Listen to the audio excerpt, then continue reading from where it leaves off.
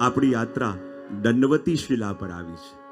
જ્યારે પણ આપણે ગિરિરાજની પરિક્રમા કરવા જઈએ કે યાત્રા કરવા જઈએ તો આ સ્થાન ઉપર દંડવત કરવામાં આવે. બધા દંડવત કરો. આ દંડવતી શિલામાં જતા આવતા અહીંયા દંડવત કરવામાં આવે છે. અને આ દંડવતી શિલા એ સ્થાન છે, કહેવાય ને કે જ્યારે કુમ્મનદાસજીને પૂછવામાં આવ્યું કે આપને કેટલા પુત્ર છે, હતા 7 પુત્ર, પણ કુમ્મનદાસજીએ ઉત્તર આપેલો મારે 1.5 પુત્ર છે. આશ્ચર્ય થયું. બધા કહેવા લાગે આમને તો 7 પુત્ર છે. અને જ્યારે પૂછવામાં આવ્યું કે કેટલા પુત્ર છે તો કહ્યું મારે 1.5 પુત્ર છે. બોલે 1.5 પુત્ર કેમ? ત્યારે કુમ્મનદાસજીએ કહ્યું દીકરા તો ભલે 7 છે પણ પુત્ર તો 1.5 છે. અને 1.5 કેમ? તો કહે કે એક ચતુર્બુદ્ધદાસ કે જે ઠાકુરજીની સેવા પણ કરે છે અને સત્સંગ પણ કરે છે એ પૂરો પુત્ર. અને બીજા કૃષ્ણદાસજી કે જે ગાયોની સેવામાં એટલા મગ્ન છે કે ગાયોની સેવાથી અતિરિક્ત એમને બીજું કાંઈ દેખાતું નથી, એ પણ મારા પુત્ર. તો કહેવાય એ જ કુમ્મનદાસજીના પુત્ર કૃષ્ણદાસ. અને ગાયોની એટલી સેવા કરતા ને જ્યારે પણ શ્રીનાથજીની ગાય ક્યાં ચરવા જાય અને ગાયોને ક્યાં કોઈ ક્ષતિ ન થઈ જાય એના માટે એટલા તલ્લીન એ રહેતા. પણ એકવાર શું થયું, જ્યારે શ્રીનાથજીની ગાયોને ચરાવવા માટે વનમાં ગયા અને એ વખતે વનમાં વાઘનો ઉપદ્રવ હતો. અને જ્યારે વાઘનો ઉપદ્રવ હતો અને જ્યારે સંધ્યાકાળ થવા આવી અને બધી ગાયોને પાછા લાવવાનો સમય થયો બધી ગાય તો જલ્દી જવા લાગી. પણ કૃષ્ણદાસજી વિચારે અંધકાર થવા આવ્યો છે, પણ એમાં શ્રીનાથજીની એક ગાય જે હતી એ ગર્ભવતી હતી અને ધીમે ચાલતી હતી, વધારે ચાલી ન શકે. અને જ્યારે આ ગાયને ધીમે ચાલતા જોઈ અને અંધકાર થઈ રહ્યો છે, બધી ગાયો આગળ નીકળી ગઈ છે પણ આ ગાય ધીમી ચાલી રહી છે. અને કૃષ્ણદાસજીને લાગ્યું કે બધી ગાય આગળ ચાલી ગઈ, આ એકલી શ્રીનાથજીની ગાય પાછળ રહી ગઈ છે અને હમણાં આસપાસ વાઘનો ઉપદ્રવ છે, ક્યાંક કંઈક થઈ ન જાય. માટે ગાયને બચાવવા માટે બધાને આગળ જવા દીધા, પણ પોતે ગાયને સાચવીને જઈ રહ્યા છે. અને ત્યાં સામેની ઝાડીમાં વાઘ ઊભો હતો, જે રાહ જોઈને ઊભો હતો કે જો આ ગાય એકલી છે અને આને મારવામાં હવે કોઈ સમસ્યા નહીં આવે. અને જ્યાં કૃષ્ણદાસજી ડરતા ગાયની પાછળ ચાલતા હતા કે ગૌ માતા જલ્દી જાઓ, ગૌ માતા જલ્દી ચાલો. અને ત્યાં જ વાઘે એ શ્રીનાથજીની ગાય ઉપર તરાપ મારી. અને જ્યાં ગાયની ઉપર વાઘ કૂદ્યો અને કૃષ્ણદાસજીએ જોયું, અરે આ શું કરી રહ્યો છે? મારા શ્રીનાથજીની ગાય છે કે જેની સાથે મારા શ્રીનાથજી ખેલે છે. આ એક ગાય છે કે જે મારા શ્રીનાથજીને બહુ પ્રિય છે, તું આને મારી રહ્યો છે. અને જ્યાં કૃષ્ણદાસજીએ જોયું કે આ ગાયની ઉપર તરાપ મારીને વાઘ આવ્યો છે, લાકડી લઈને ગયા અને જોરથી વાઘના માથા ઉપર પ્રહાર કર્યો. અને જ્યાં વાઘની દૃષ્ટિ કૃષ્ણદાસજી ઉપર પડી અને ગાયને મૂકી સીધા કૃષ્ણદાસજીની ઉપર વાઘ કૂદ્યો. અને કૃષ્ણદાસજીએ વાઘને પકડી લીધો અને કહ્યું ગૌ માતા આપ જાઓ. અહીંયા વાઘ કૃષ્ણદાસજીને ફાડીને ખાતો રહ્યો. અને કૃષ્ણદાસજી વાઘને પકડીને રહ્યા કે જ્યાં સુધી ગાય ન જાય હું વાઘને નહીં છોડું. અને વાઘે કૃષ્ણદાસજીને આખા ફાડી ખાધા.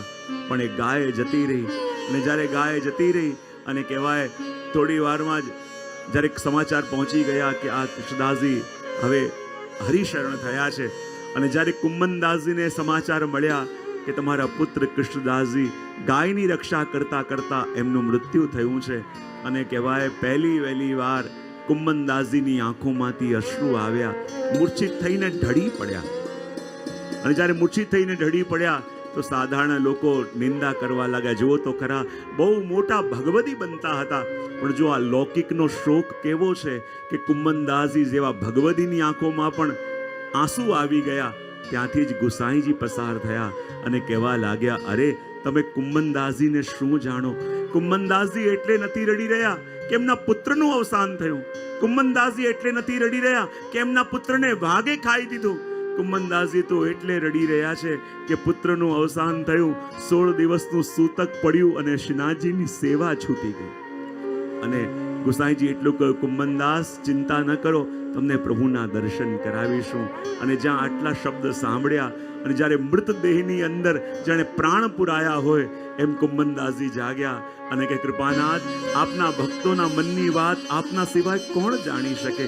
અને જ્યાં ગુસાઈજી કુંભનદાસજીને લઈને આ દંડવતી શિલા પાસે આવ્યા અને જ્યાં દંડવતી શિલા પાસે આવ્યા કુંભનદાસજીને કહ્યું દર્શન કરો. અને સામે શું દર્શન કર્યું કે એ જ ગાય જે ગર્ભવતી હતી એ ગાય ત્યાં ઊભી હતી અને શ્રીનાથજી બાવા સ્વયં એનું દૂધ દોતા હતા. અને એની પાસે જ કૃષ્ણદાસજી કે જેને વાગે મારી દીધો હતો એ કૃષ્ણદાસજી એ ગાયનું વાછરડું પકડીને શ્રીનાથજીની પાસે ઊભા છે. અને જ્યારે આ દર્શન કુંભનદાસજીને શ્રી ગુસાઈજી કરાયા એના આંખોમાંથી અશ્રુ આવવા લાગ્યા અને કહ્યું જો આમણે ગાયોની સેવા કરી છે અને શ્રીનાથજીની ગાયની સેવા કરી છે તો આ ગાય કૃષ્ણદાસજીને તારીને સ્વયં શ્રીનાથજીની લીલામાં અને શ્રીનાથજીની સેવામાં એમને લઈ ગઈ છે. એ અનુભવ ત્યાં કરાયો. અને આ એ જ સ્થાન દંડવતી શિલા છે કે જ્યાં સાક્ષાત કૃષ્ણદાસજીના એ દર્શન કુંભનદાસજીને થયા કે સ્વયં પ્રભુની સેવાની અંદર બિરાજેલા છે. અને ત્યાંથી આપણે થોડા આગળ આવ્યા તો આગળ સ્થાન આવ્યું જેનું નામ છે જાન અજાન વૃક્ષ. શું નામ છે?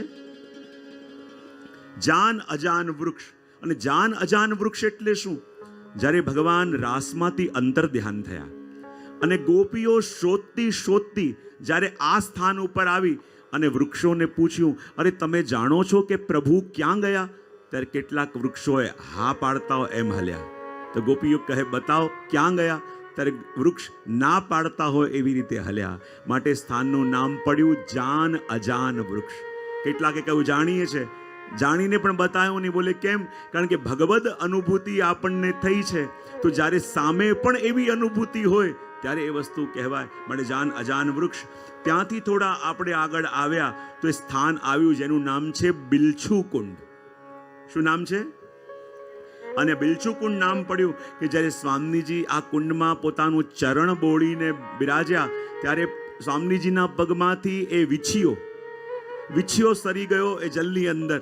અને સ્વામીજી દુઃખી થયા ત્યારે ઠાકોરજી પોતે પધાર્યા અને વિછીઓ કાઢીને સ્વામીજીને પુનઃ પહેરાયો. માટે આ બિલછુ કુંડ પણ નામ પડ્યું.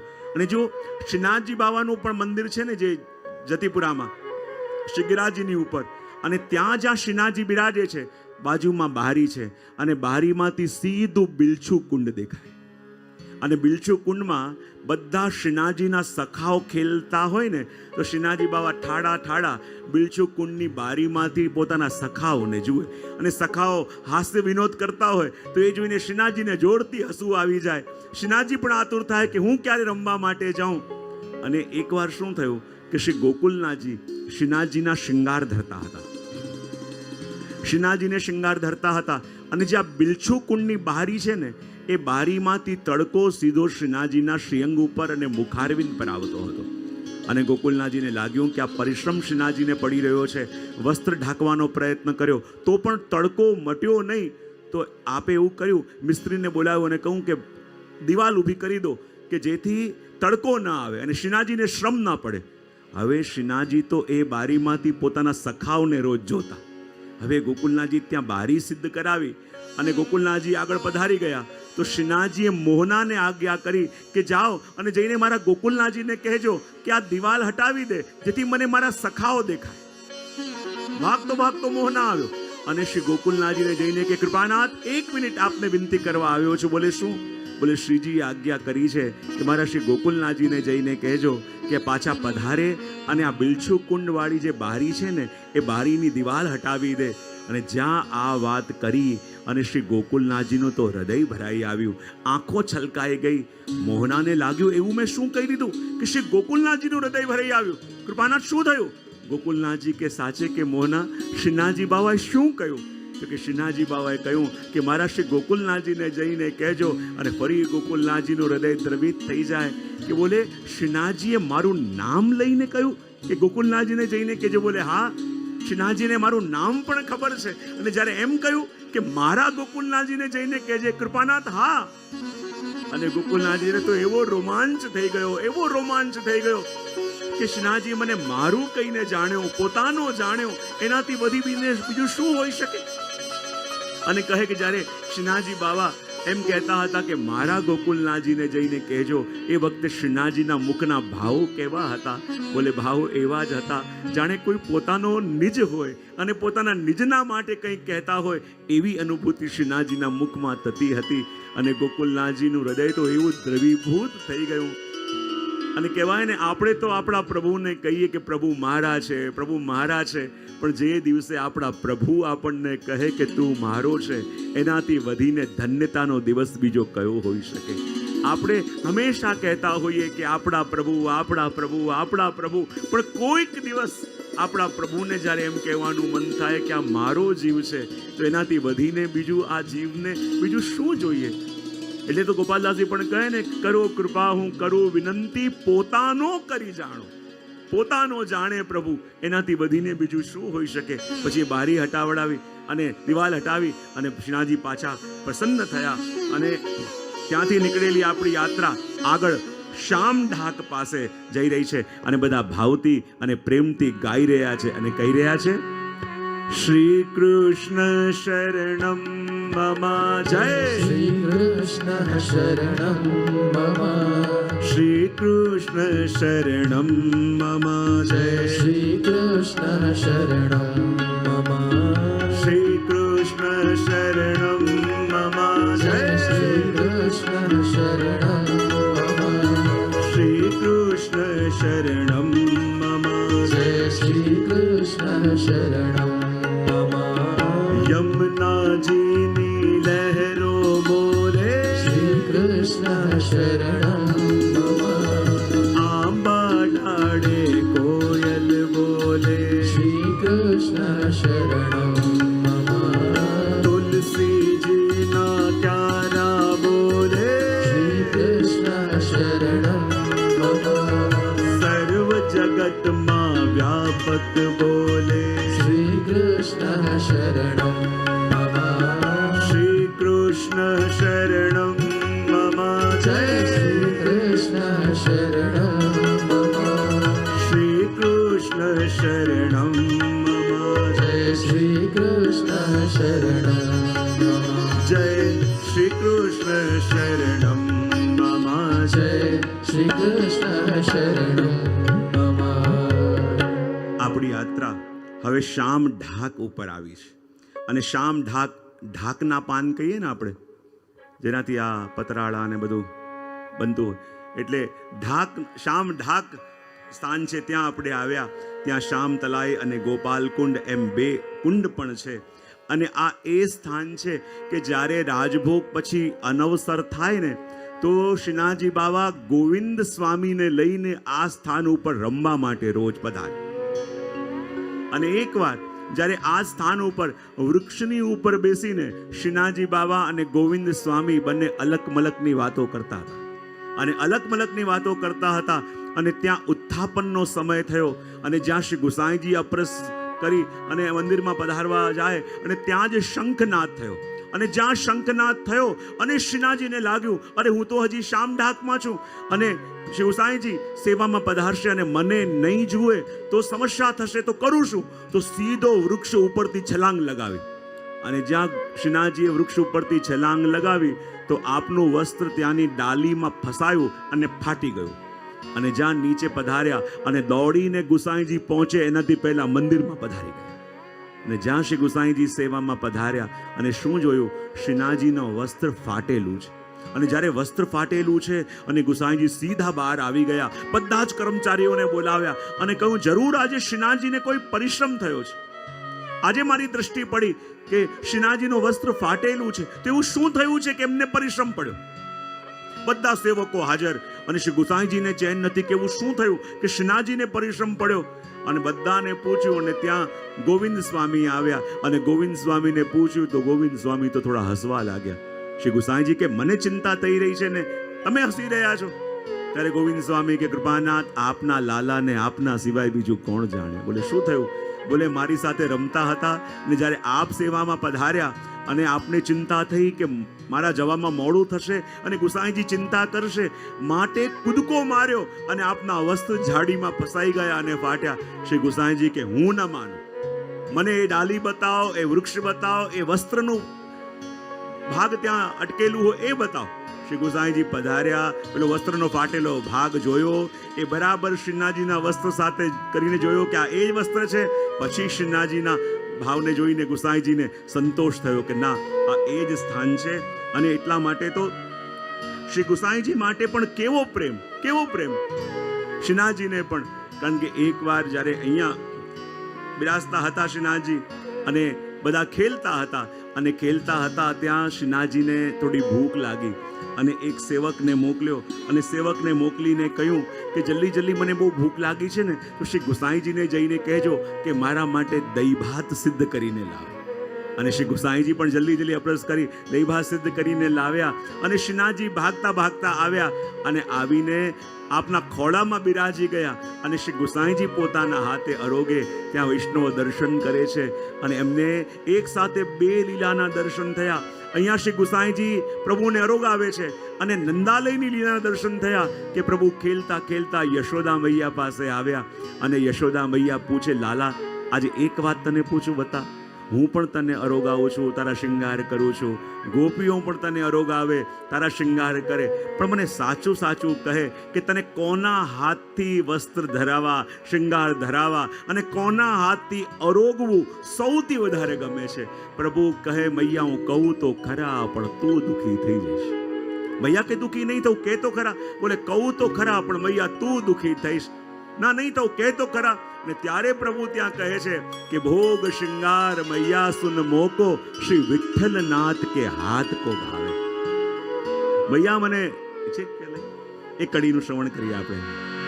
ભોગ શૃંગાર યશોદા મૈયા, શ્રી વિઠ્ઠલનાથ કે હાથ કો ભાવે.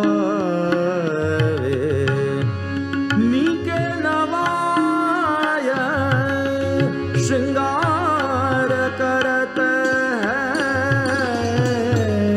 आछी रुचि सो मोही पाग बंधावे. श्री विठ्ठलनाथ के हाथ को भावे. પ્રભુ કહે, મૈયા જે સુખ મને શ્રી ગુસાઈજી આપે છે એ તો ક્યાંય ન મળે. મૈયા કે એવું શું કરે છે કે જો અહીંયા તું બધા વસ્ત્ર ધરાવે છે, પણ શ્રી ગુસાઈજીના ઘરમાં તો જેમ જેમ ઋતુ બદલાય, મોસમ બદલાય, તો મારા વસ્ત્ર અને શૃંગારનો ક્રમ પણ મારા સુખ માટે થઈને બદલાઈ જાય. મૈયા તું તો અહીંયા દૂધ અને દહીં માખણ સંતાડીને રાખે છે, પણ શ્રી ગુસાઈજીના ઘરમાં તો જે પણ સિદ્ધ થયું હોય એ બધું મારી સન્મુખ કરી દે, અને વ્રજભક્તોની કાની આપી મનુહાર કરી મને બધું અરોગાવે છે. માટે ત્યાં મને જેવું સુખ મળે એવું સુખ બીજે ક્યાંય મળતું નથી. એ વાત શ્રીનાથજી બાબા અહીંયા કહે છે. અને ત્યાંથી નીકળેલી આપણી યાત્રા આગળ ગુલાલ કુંડ ઉપર આવી. ક્યાં આવી? ગુલાલ કુંડ ઉપર. અને જ્યારે ગુલાલ કુંડ પર આવી તો રામદાસ ખંભાતવાળા એ જ્યારે ગયા ત્યારે ત્યાં ગુલાલ કુંડ ઉપર એમને ઠાકોરજીના હોરી ખેલના પણ દર્શન થયા. તો આ ગુલાલ કુંડ છે તો એક બે કડી આપણે લાલ ગોપાલ ગુલાલ હમારી આંખીને મેં જીને ડારો છું. કારણ કે જો વ્રજની અંદર બધી ઋતુઓ નિત્ય બિરાજે છે, તો એનું શ્રવણ કરી આપણે આગળ ચાલીશું. લાલ ગોપાલ ગુલાલ હમારી, લાલ ગોપાલ ગુલાલ હમારી, આખીન મેં જીન ડારો જુ. બદના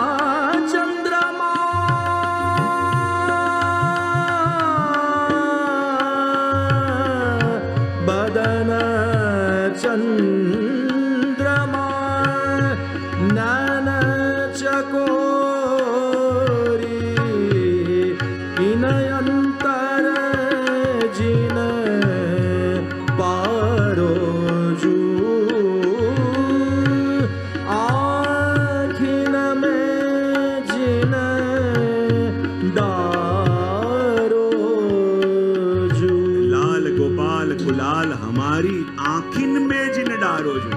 અહીંયા ગોપીઓ પ્રભુને વિનંતી કરતા કહે કે હે પ્રભુ, ચાહે તો અમને આખા રંગી દો, ચાહે તો આખા શ્રીઅંગને ગુલાલમય કરી દો, પણ કૃપા કરી અમારી આંખોમાં ગુલાલ ન નાખો. બોલે કેમ? બોલે અમારી આંખોમાં ગુલાલ નાખશો ને તો પ્રભુ અમારું અન્યાશ્રય થઈ જશે. તો કોઈ કહે આંખોમાં ગુલાલ નાખવાથી અન્યાશ્રય કેવી રીતે થાય? તો કહે કે જે આંખોની અંદર શ્યામને વસાવ્યા હોય અને એમાં આ લાલ રંગ જાય તો પ્રભુ અમારી આંખોનો અન્યાશ્રય થઈ જાય. ચાહે તો આખા શ્રીઅંગને રંગી દો, પણ આંખોમાં ગુલાલ ન નાખો. અને બીજી વિપત્તિ એ છે, જો આંખોમાં ગુલાલ જશે તો અમારી આંખો બંધ થશે, અને એક ક્ષણ પણ જો આપના દર્શન ન થયા તો અમને લાગશે કે અમારી આંખોનું ધારણ કરવું વ્યર્થ છે, કે આપના દર્શન ન થયા. પણ ભગવાન કહે કે હું તો આંખોમાં ગુલાલ નાખીશ. બોલે કેમ? હમણાં સુધી તમે સાધક હતી અને એટલા માટે તમે મારા દર્શન કરતી હતી, હવે તમે સિદ્ધ છો અને એટલા માટે આંખોમાં ગુલાલ એટલા માટે નાખું કે તમારી આંખોમાં ગુલાલ નાખું, તમારા નેત્ર બંધ થાય અને હું તમારા દર્શન કરું, કારણ કે હવે તમે સિદ્ધ થયા છો. માટે હું આંખોમાં ગુલાલ નાખવા માંગુ છું. અને આ ગુલાલ કુંડ, આ હોળી ખેલનો સમય છે, પણ મારો ખ્યાલ છે આજે જો બરસાના સુધી પહોંચી ગયા ને તો આજે આપણે બરસાનાની હોળી કરીશું ત્યાં ગુલાલકુંડની જગ્યાએ. અને આ ગુલાલ કુંડથી નીકળેલી આપણી યાત્રા આગળ ટોળ કે ઘને તરફ જઈ રહી છે, અને ટોળ કા ઘના તરફ જઈ રહી છે, અને બધા ભાવથી અને પ્રેમથી ગાઈ રહ્યા છે અને કહી રહ્યા છે. શું કહી રહ્યા છે?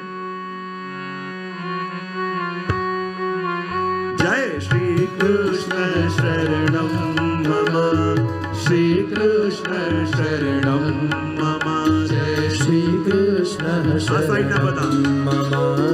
કળા કરંતા મોર બોલે, શ્રી કૃષ્ણ શરણમ મમ.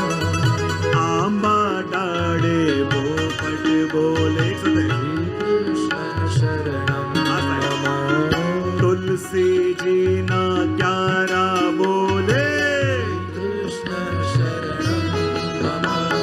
સર્વ જગતમાં વ્યાપક બોલે, કૃષ્ણ શરણમ મમ.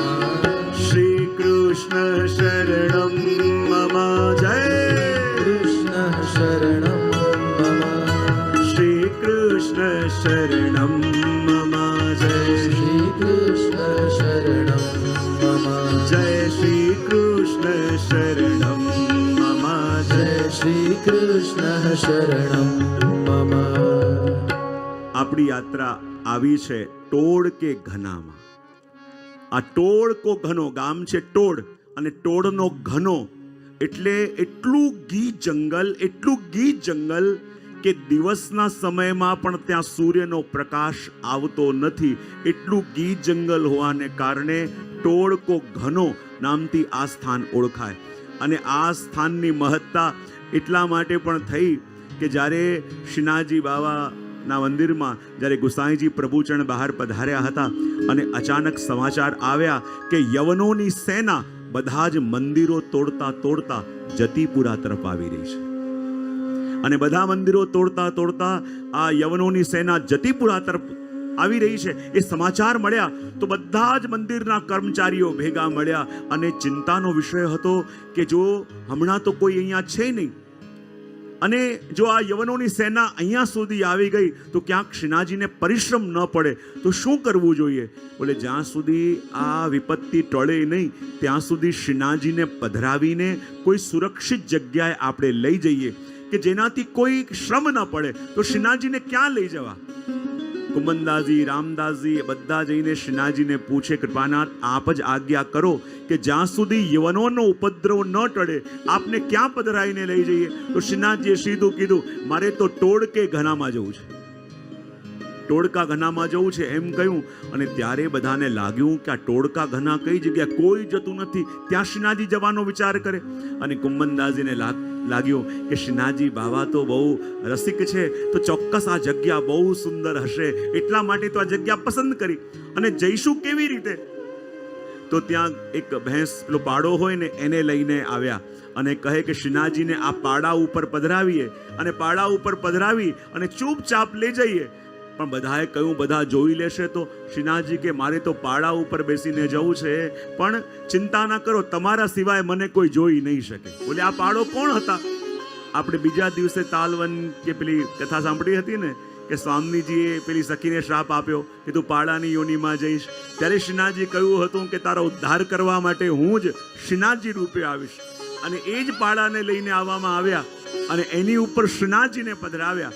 અને શ્રીનાથજીને પધરાવી કુંમનદાસ, રામદાસ અને સદુવાને બધા શ્રીનાથજીને પધરાવીને જ્યારે ટોળકા ઘના તરફ જવા લાગ્યા, બધા લોકો પૂછે કે આ પાડાને લઈને ક્યાં જાઓ છો? બધા કે આ તંદુરસ્ત છે તો એને વેચવા જઈએ છીએ. આ લોકોને શ્રીનાથજી દેખાય, બીજા બધાને શ્રીનાથજીના દર્શન થતા નથી.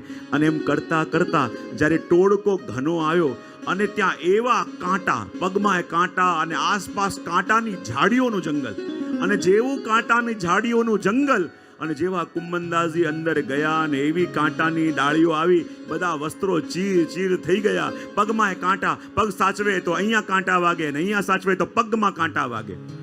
કુંમનદાસજી શ્રીનાથજીની તરફ જોવા લાગ્યા. એ કહે પ્રભુ આપે લીલા કરવાનો વિચાર કર્યો તો મને એમ કે કોઈ એવી સારી જગ્યાએ લઈ જશો કે અમે પણ બે ઘડી આનંદ કરીશું, અમારી પણ પિકનિક થઈ જશે. અને આ તો ક્યાં લઈને આવ્યા? આપ લઈને જાઓ છો એટલી સુંદર જગ્યા હશે એમ વિચાર કરીને નવો નવો ઉપરણો પહેર્યો તો, નવી નવી ધોતી પહેરી હતી. આ તો આવીને ચીરે ચીરા એના બધા ચાલ્યા ગયા. અને જ્યાં અંદર જાય ને અંદર પાછા કપડાં બાટે. અને એમ કરતા કરતા અંદર ગયા અને બિલકુલ ઘના જંગલની અંદર વચ્ચે એક ઘાસનું મેદાન હતું અને ખુલ્લી જગ્યા હતી. અને ચોતરો પણ હતો. શ્રીનાથજી કે મારે અહીંયા બિરાજવું છે અને ત્યાં બિરાજવું છે એમ કહ્યું. અને રામદાસજી અને બધા લોકો શ્રીનાથજીના માટે શીરો કરીને લાવ્યા હતા. અને કહે કે પ્રભુને અહીંયા પધરાવી અને અહીંયા અરોગાઈએ. અને પ્રભુને રાજભોગ અરોગાવવાની તૈયારી જ કરતા હતા ને, ત્યાં સામે ઝાડીઓ હટવા લાગી. અને જ્યાં ઝાડીઓ હલવા લાગી અને બધા લાકડી લઈને સાવધાન થઈ ગયા કે અમે જોઈએ છે કે કોણ શ્રીનાથજીની ઉપર આક્રમણ કરવા માટે આવે. અને જ્યાં ઝાડીઓ હલવા લાગી અને અંદરથી નાગા સંપ્રદાયના ચતુરા નાગા આવ્યા અને આવીને શ્રીનાથજીને સાષ્ટાંગ દંડવત પ્રણામ કરીને કહે શ્રીનાથજીનો જય હો, શ્રીનાથજીનો જય હો. બધા ચોંકવા લાગ્યા, આ તો જય જયકાર કરે છે, આ કોણ છે? અને ત્યારે પરિચય આપતા કહું નાગા સંપ્રદાયનો મહંત હું ચતુરા નાગા છું. બોલે અહીંયા તમે જંગલમાં શું કરો છો? બોલે અમારું ગામ ટોળ છે, ત્યાં આ વખતે બિલકુલ વરસાદ નથી અને લોકો જલના વિના ત્રસ્ત છે. તો હું અહીંયા આ વનમાં તપસ્યા કરવા માટે આવ્યો છું કે પ્રભુ પ્રસન્ન થાય અને અહીંયા વૃષ્ટિ થાય તો ગામના લોકોની પીડા દૂર થાય. અને જ્યારે શ્રીનાથજી બાબા સ્વયં અહીંયા પધાર્યા તો હું પોતાના ભાગ્યની સરાહના ન કરી શકે. બોલે કેમ?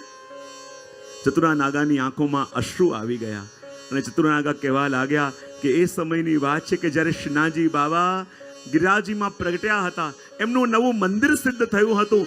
ગામે ગામથી લોકો જ્યારે એમના દર્શન કરવા આવતા હતા એ વખતે હું પણ મારા ગુરુ સાથે ત્યાં શ્રીનાથજીના દર્શન કરવા આવ્યો હતો. અને મનમાં એવી તાલાવેલી હતી કે સ્વપ્નમાં તો શ્રીનાથજી અનેક વાર દર્શન આપ્યા છે, પણ પ્રત્યક્ષ આ નેત્રોથી શ્રીનાથજીના દર્શન કેવી રીતે થાય એ તાપ મનમાં હતો. પણ જ્યારે મારા ગુરુ સાથે હું શ્રીનાથજીના દર્શન કરવા માટે ગિરિરાજજી ઉપર ચડવા ગયો અને જ્યાં ગિરિરાજજીની પાસે આવ્યો અને ગિરિરાજજીએ મને રત્ન જડિત એમના સ્વરૂપના દર્શન કરાવ્યા. અને રત્ન જડિત સ્વરૂપના દર્શન કરાવ્યા અને મેં પગ પાછો લઈ લીધો. અને એ જ વખતે સંકલ્પ કર્યો કે શ્રી ગિરિરાજજીએ એમના રત્ન જડિત સ્વરૂપના દર્શન મને કરાવ્યા તો હું પણ પ્રણ લઉં છું કે આજ પછી ક્યારે પણ મારો પગ શ્રી ગિરિરાજજી ઉપર નહીં મૂકું. અને મેં તો પણ લઈ લીધો હતો કે ગિરિરાજજીની ઉપર મારો પગ ક્યારે નહીં મૂકું. અને એ પણ નક્કી થઈ ગયું કે શ્રીનાથજી બિરાજે છે ગિરિરાજજીની ઉપર. અને મેં પણ લીધું છે કે મારો પગ ગિરિરાજજીની ઉપર નહીં આવે. એનો મતલબ એમ કે આ જીવનમાં મને શ્રીનાથજીના દર્શન ક્યારેય નહીં થઈ શકે. અને જ્યારે પણ રાતે નેત્ર બંધ કરું અને એ જ શ્રીનાથજીની ઝલક મળે અને મનમાં તાપ એ જ થાય કે પ્રભુ બધાને આપના દર્શન થાય પણ ખાલી આ જીવનમાં મને આપના દર્શન નહીં થઈ શકે. આપ તો બિરાજો છો શ્રી ગિરિરાજજીની ઉપર અને મેં પ્રણ લઈ લીધું છે કે ગિરિરાજજીની ઉપર ક્યારે પગ નહીં મૂકું. અને એટલે આ જીવનમાં મને પ્રભુ આપના દર્શન ક્યારે થશે? એક પણ રાત્રિ એવી નથી ગઈ કે શ્રીનાથજીને યાદ કરીને મારી આંખોમાંથી અશ્રુ ના વયા હોય. પણ જો શ્રીનાથજીની કેવી કૃપા કે જ્યારે ભક્ત પ્રભુના દર્શન માટે વ્યાકુલ હોય ને તો અમારા શ્રીનાથજી બાબા પણ વ્યાકુલ થઈ જાય છે કે હું મારા ભક્તને મળવા માટે કેવી રીતે જાઉં. શ્રીનાથજી કહે તું મારી પાસે ઉપર ના આવી શકે તો હું તો તારી પાસે આ વનમાં આવી શકું છું. અને યવનોના ઉપદ્રવનો બહાનો કરી સ્વયં શ્રીનાથજી બાબા જ્યાં કોઈ જતા નથી એવા ટોળકા ઘનામાં પધાર્યા અને પધારીને આ ચતુરા નાગાનો મનોરથ પૂરો કર્યો. અને કહેવાય ને આ ચતુરા નાગા પાસે પધાર્યા અને એ વખતે ચતુરા નાગા ત્યાં સુંદર કંકોડાનું શાક સિદ્ધ કરીને લાવ્યા હતા અને કહે મારે શ્રીનાથજી બાવાને અરોગ આવવું છે. અને માનભોગ અને કંકોડાનું શાક એ આપણે ત્યાં કયો દિવસ કહેવાય? કંકોડા તેરસ આવે ને એ દિવસે શ્રીનાથજી બાવા ત્યાં પધાર્યા અને એમના મનોરથને આપે સિદ્ધ કર્યું. અને ત્યારે એ સાબિતી થઈ જાય કે જુઓ અમારા પ્રભુ પણ કેવા છે.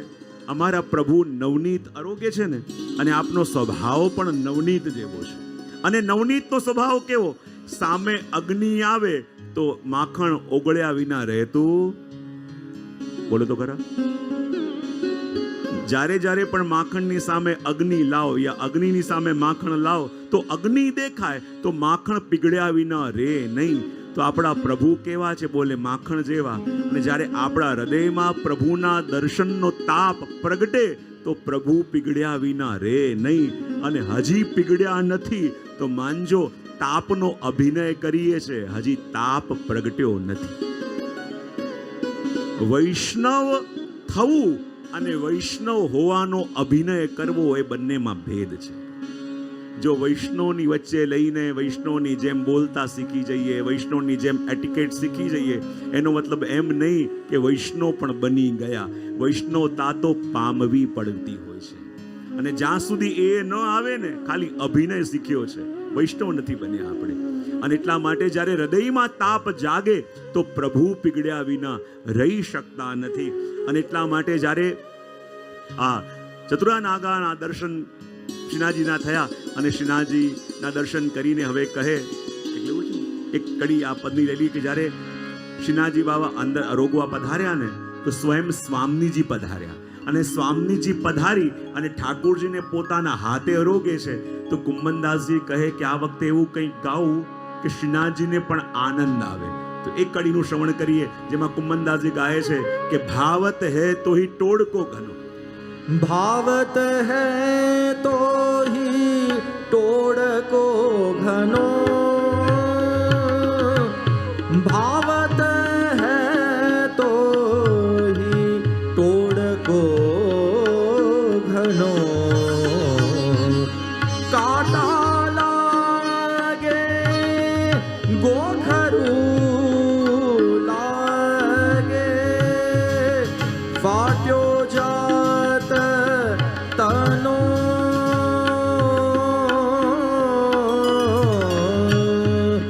भावत है तो ही टोड़को घनो.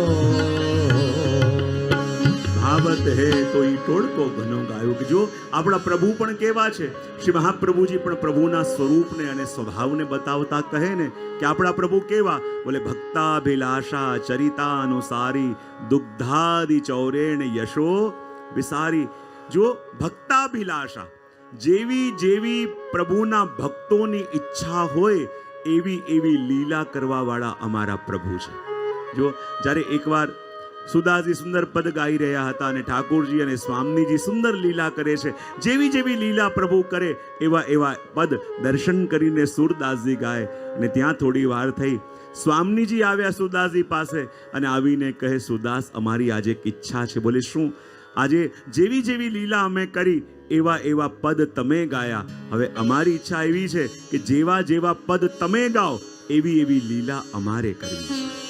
જો જેવી જેવી ઈચ્છા ભક્તોના મનમાં હોય ને એવી એવી લીલા કરવા વાળા પ્રભુ છે. પણ હું કાયમ મારા પ્રવચનમાં એક વસ્તુ કહેતો હોઉં કે કોઈક કામના આપણા મનમાં હોય, કોઈક ઈચ્છા આપણા મનમાં હોય અને એ પૂરી ન થાય તો આપણને ઉદ્વેગ પણ થાય. પણ પ્રભુ જાણે છે કે કોને ક્યારે કેટલું અને કઈ રીતે આપવું. પ્રભુના જેવું ટાઈમિંગ આ દુનિયામાં બીજા કોઈનું નથી. અને પાત્રતા જેટલી હોય ને એટલું પ્રભુ આપણને આ જગતમાં આપે છે. અને પાત્રતા ન હોય અને વસ્તુ મળે તો માણસ જીરવી ન શકે. જેવી રીતે કુંભાર ઘડો બનાવે છે અને ઘડાનો આકાર બન્યો તો શું ઘડો બનતાની સાથે એમાં પાણી ભરાય? હા કે ના તો પાડો. બોલે કેમ ન બનાય? બોલે ઘડાનો આકાર મળ્યો છે, હજી પાત્રતા મળી નથી. જ્યારે અગ્નિમાં તપાવવામાં આવે અને પાત્ર બને ને ત્યારે એમાં પાણી ટકે, એના સિવાય ટકી ન શકે. તો એવી રીતે આ જગતની અંદર પણ ભગવાન જ્યારે જીવની ઉપર કૃપા કરે છે, પણ એ કૃપાને સમજવી બહુ અઘરી.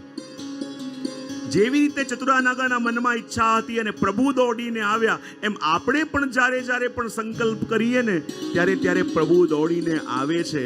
પણ ઘણીવાર આપણને દૂર ઊભેલા દેખાય અને પાસે આવતા ન દેખાય ત્યારે આપણા મનમાં પણ સંશય થાય, પ્રભુ અહીંયા સુધી આવી ગયા અને મને એમ હતું કે આ મુસીબતમાંથી આપ કાઢશો, પણ પાસે કેમ આવતા ન દેખાયા? હું ઘણીવાર કહેતો હોઉં ને કે જ્યારે પેલો વ્યક્તિ એક મોટી ખીણની ઉપર એક તૂટેલો બ્રિજ હતો અને બ્રિજ ઉપરથી ચાલતો જતો હતો અને બ્રિજના 2 લાકડા નીચે તૂટીને પડ્યા અને બ્રિજ આમ હલવા લાગ્યો અને બંને સાઈડ દોરીથી બંધાયેલો બ્રિજ હતો અને આમ તેમ હલવા લાગ્યો અને પેલો વ્યક્તિ ભયભીત થઈ ગયો. હે પ્રભુ રક્ષા કરો, હે પ્રભુ રક્ષા કરો, એમ બૂમો પાડવા લાગ્યો.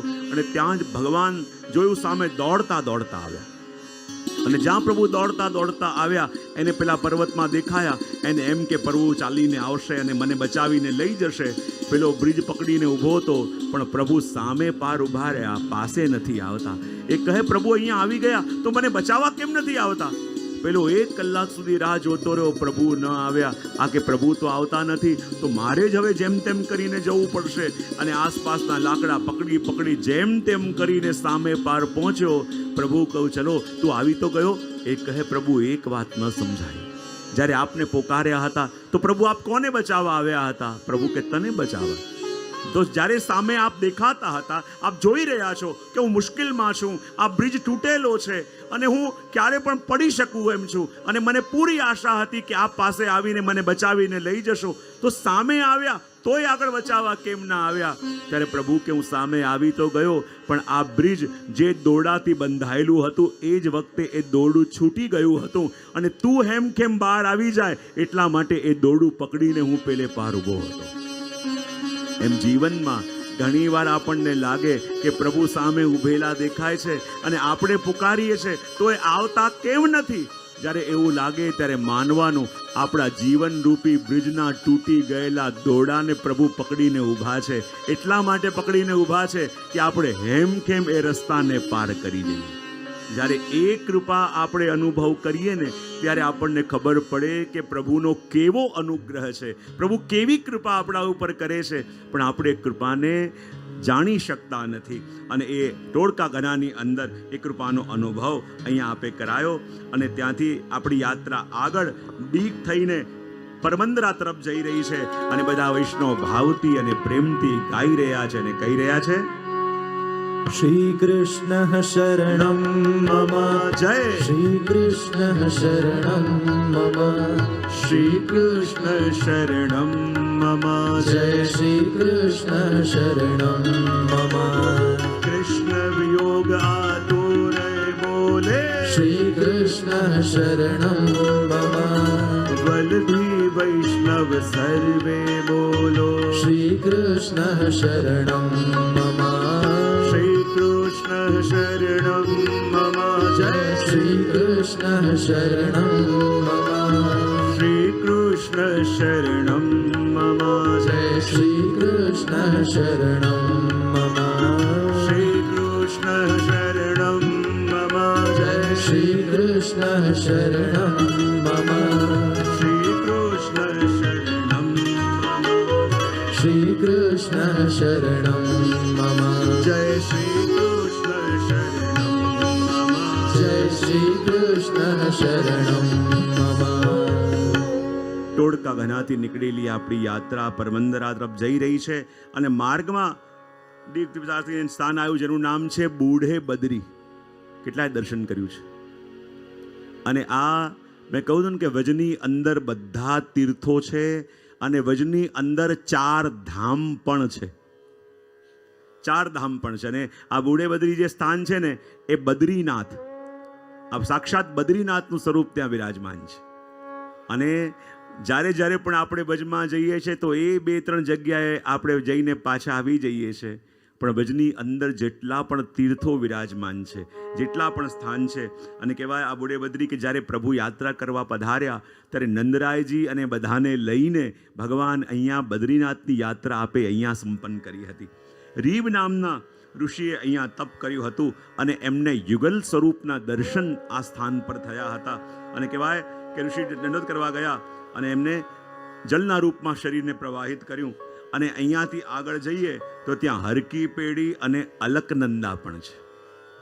જે 4 ધામની યાત્રા કરવા આપણે ઉત્તરાખંડ તરફ જવું પડે એ 4 ધામ ત્યાંથી આગળ ગયા, કેદારનાથના દર્શન કર્યા, આગળ અલકનંદા આદિ બદ્રીના દર્શન કર્યા અને ત્યાંથી આપણે પરમંદરા તરફ પાછા આવ્યા.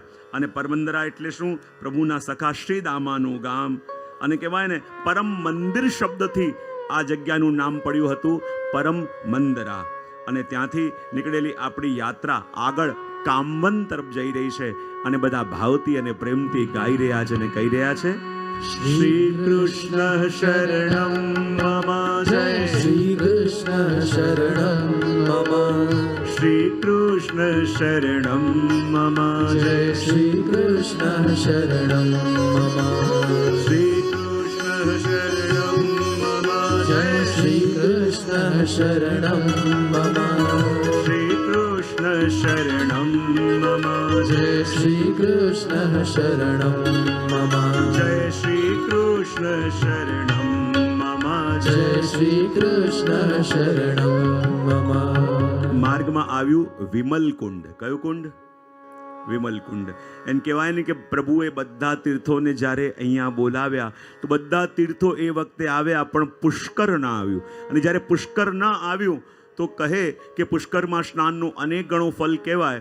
તો પ્રભુએ અહીંયા વિમલ કુંડ પ્રગટ કર્યું અને કહ્યું કે અનેક વાર પુષ્કરમાં સ્નાન કરીને જે ફળ ન મળે એ ફળ આ વિમલ કુંડમાં સ્નાન કરીને પ્રાપ્ત થશે. એ વિમલ કુંડ ત્યાં આપે પ્રગટાવ્યું. અને કહેવાય ને આ સ્થાન ઉપર યશોદા મૈયાએ પ્રભુને કહાની સંભળાવી. કહાની એટલે વાર્તા. જ્યારે અહીંયા પ્રભુ નાના હતા અને મૈયા અહીંયા લઈને પધાર્યા હતા અને પ્રભુને નિંદર આવતી હતી. અને પ્રભુને નિંદર આવતી હતી તો મૈયા કે જો મારા ખોળામાં સૂઈ જા, હું તને વાર્તા સંભળાવું છું. પ્રભુએ કહ્યું કોની વાર્તા? તો મૈયાએ કહ્યું હું તને પ્રભુ શ્રી રામની વાર્તા સંભળાવું છું. અને એમ કહીને જ્યારે પ્રભુને ખોળામાં સુડાવ્યા અને મૈયા કહેવા લાગી પ્રભુ શ્રી રામની કથા કે ભગવાન રામ કેવી રીતે પ્રગટ્યા, કેવી રીતે આપનો વિવાહ થયો.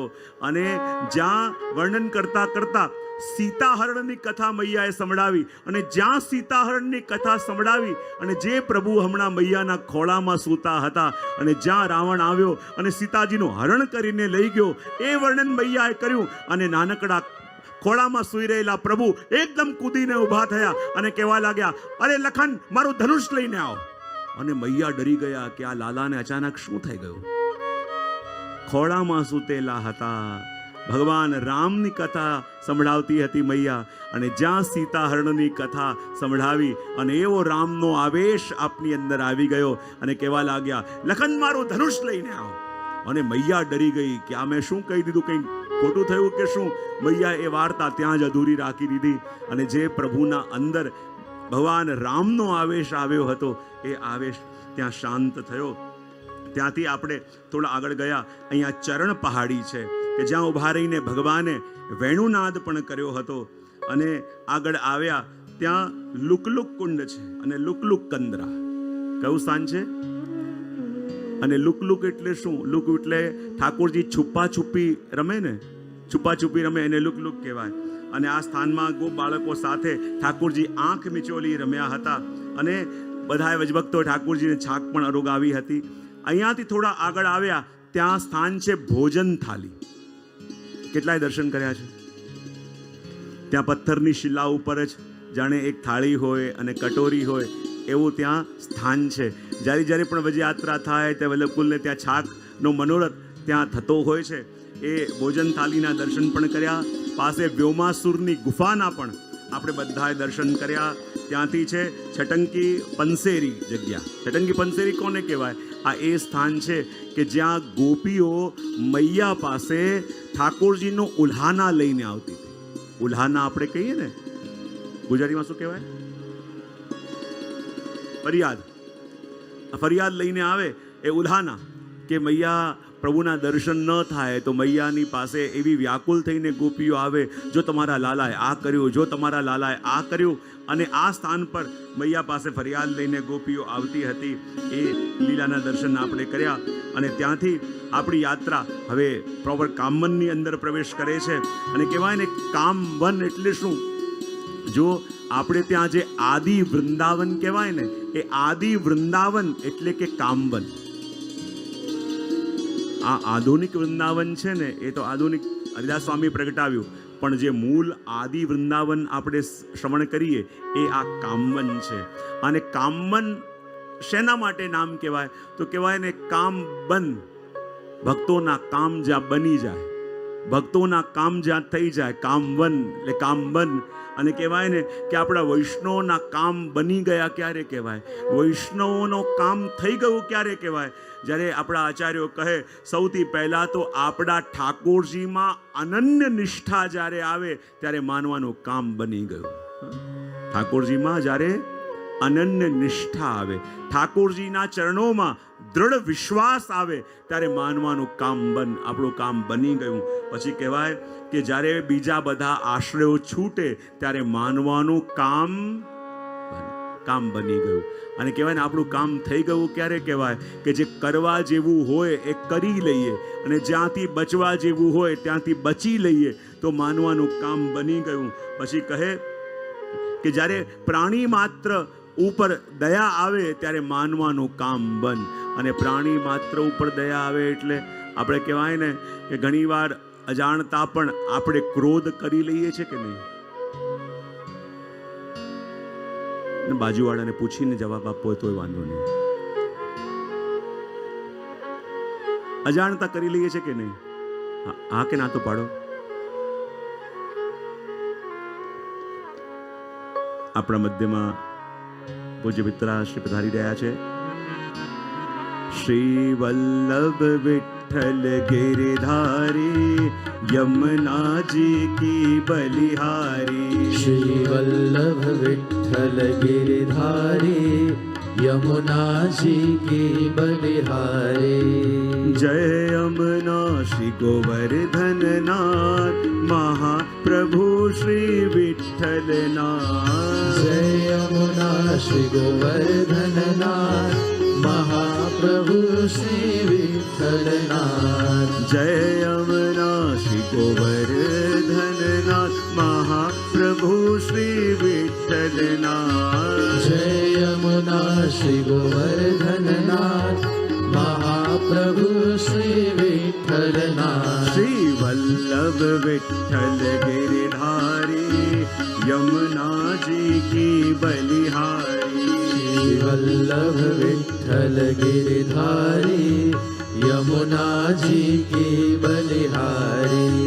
जय यमुना श्री गोवर्धन नाथ महाप्रभु श्री विठ्ठल नाथ. जय यमुना श्री गोवर्धन नाथ महाप्रभु श्री विठ्ठल नाथ. श्री वल्लभ विठ्ठल गिरधारी यमुना जी की बलिहारी. श्री वल्लभ विठ्ठल गिरधारी यमुना जी की बलिहारी.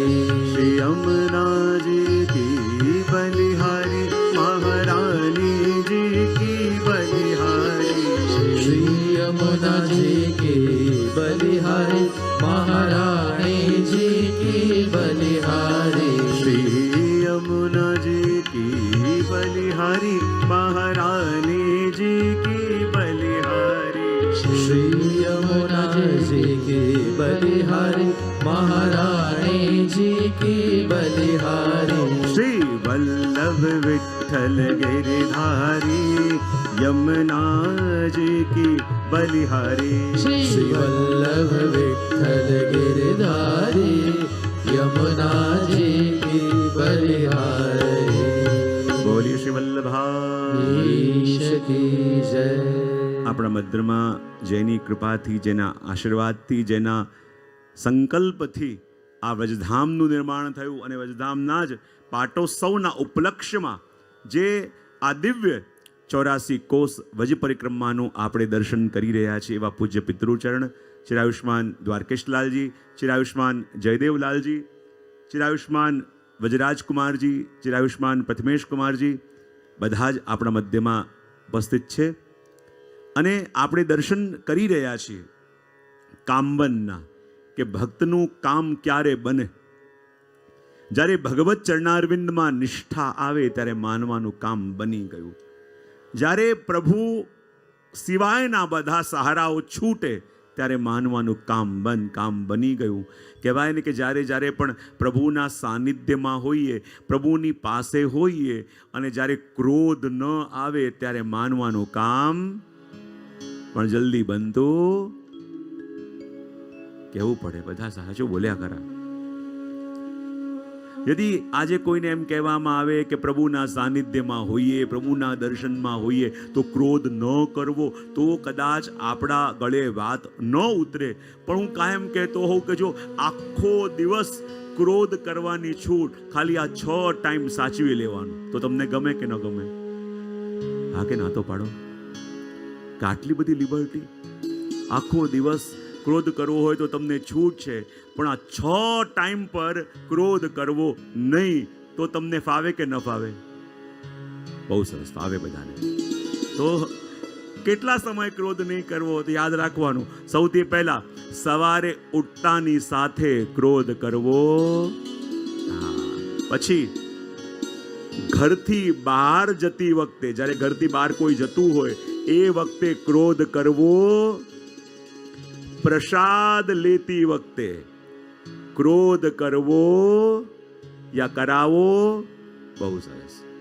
પછી ઘરમાં બહારથી પાછા આવીએ એ વખતે પણ ક્રોધ કરવો.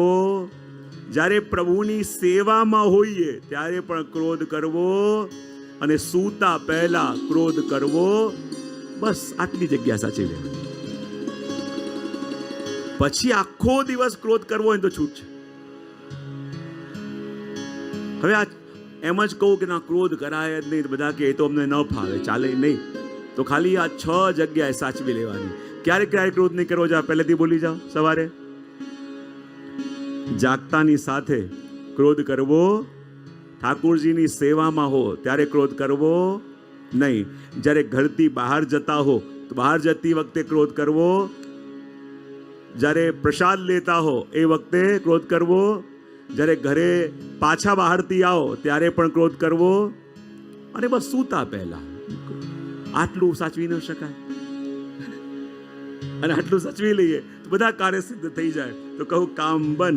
અને પછી આગળ કહ્યું કે જ્યારે જીવનમાં સત્સંગ મળે અને સત્સંગમાં સ્થિત થઈએ ત્યારે કામ બન્યું કહેવાય.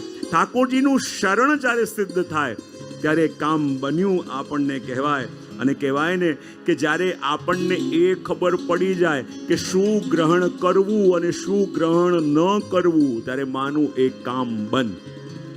જીવનમાં કોનો સંગ કરાય, કોનો સંગ ન કરાય, જો ઘણી બધી વાત વેશ જોઈને અને કોઈની વાતો સાંભળીને સંગ નહીં કરવો.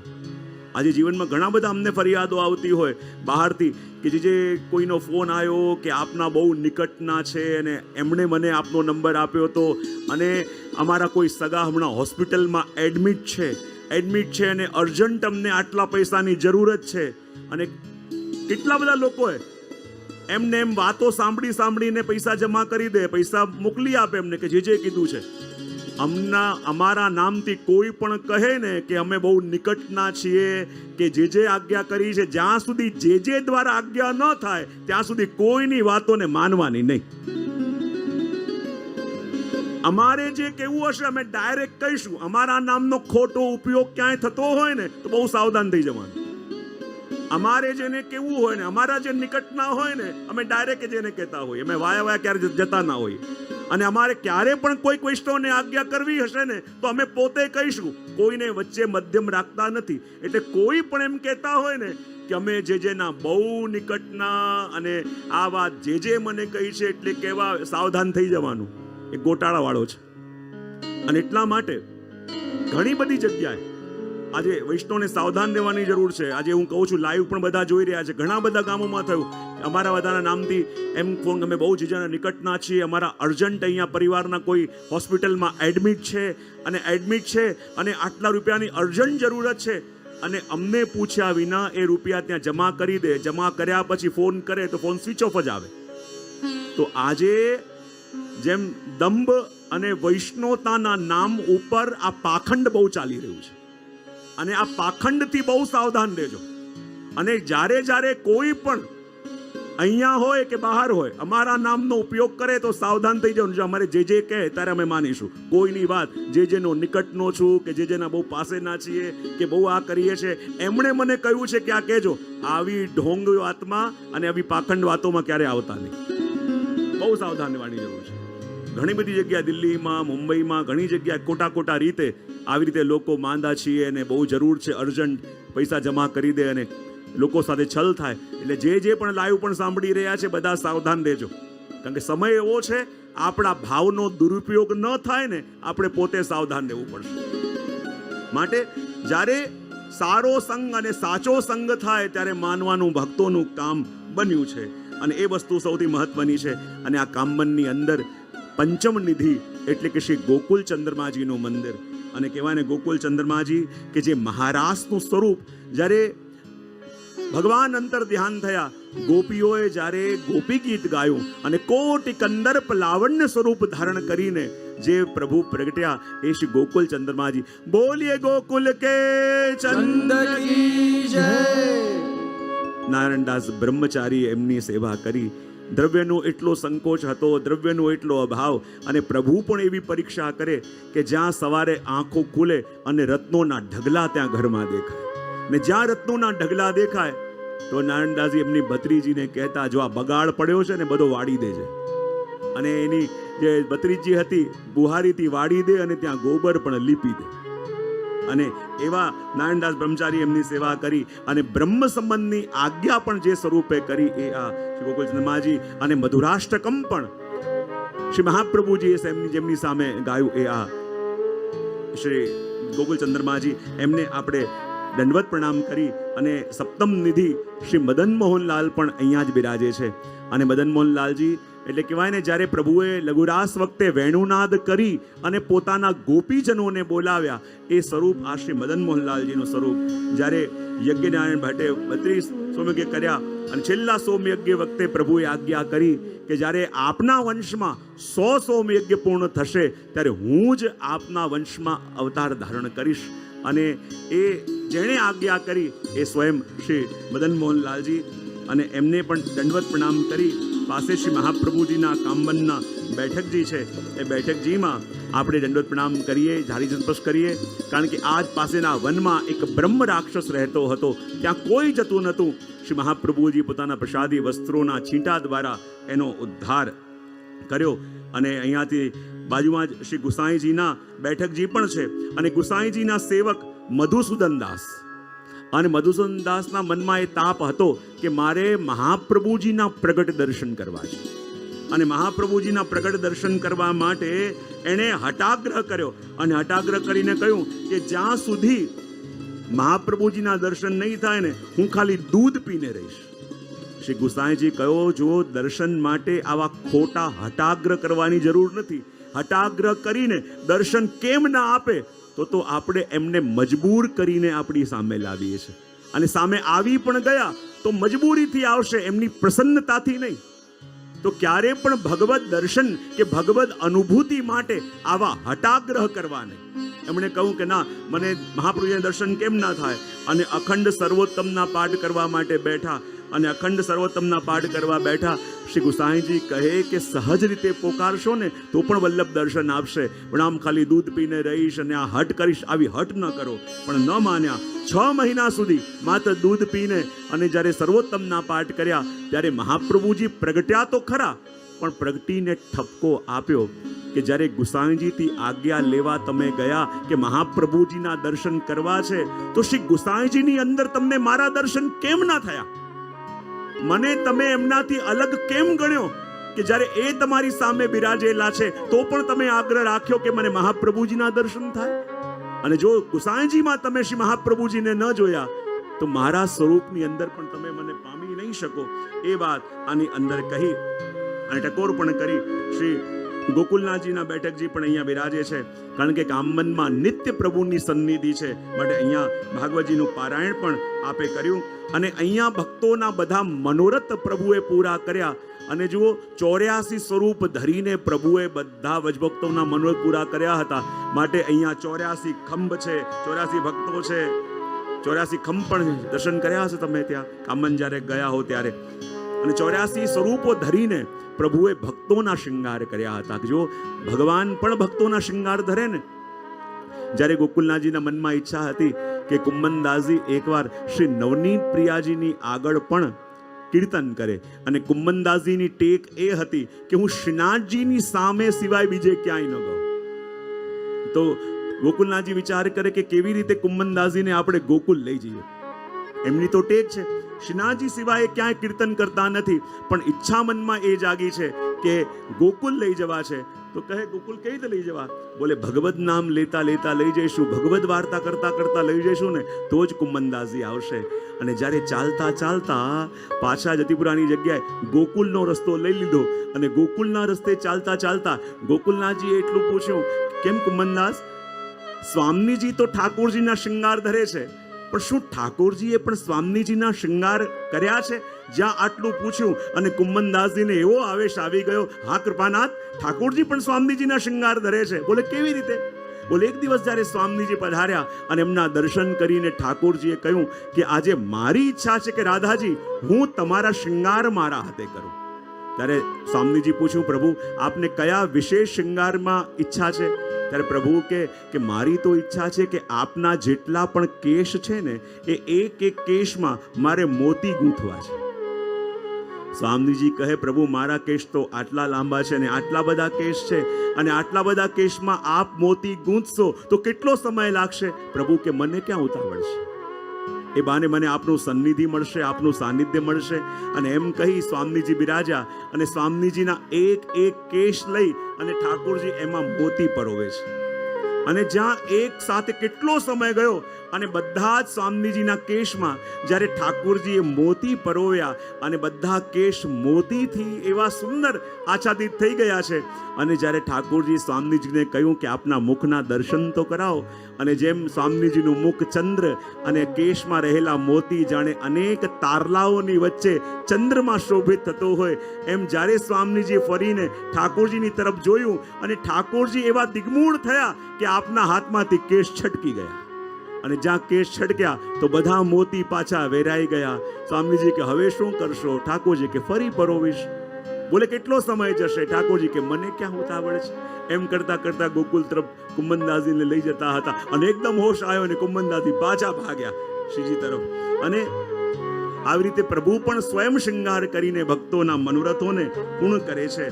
અને હવે અહીંયા કામનથી નીકળેલી આપણી યાત્રા હવે બરસાના તરફ આગળ જશે, અને આપણે બધા ગાઈ રહ્યા છે અને કહી રહ્યા છીએ, શ્રી કૃષ્ણ શરણમ મમ. બરસાના તરફ જવાનું છે.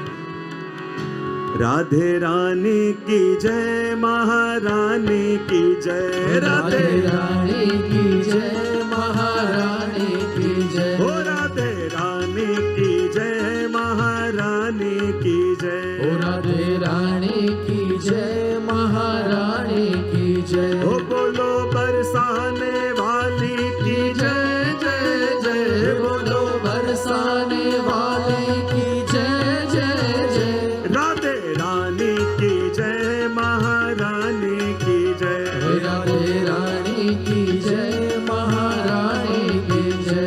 બોલો વૃષભાંધુ નારી કી જય, જય જય.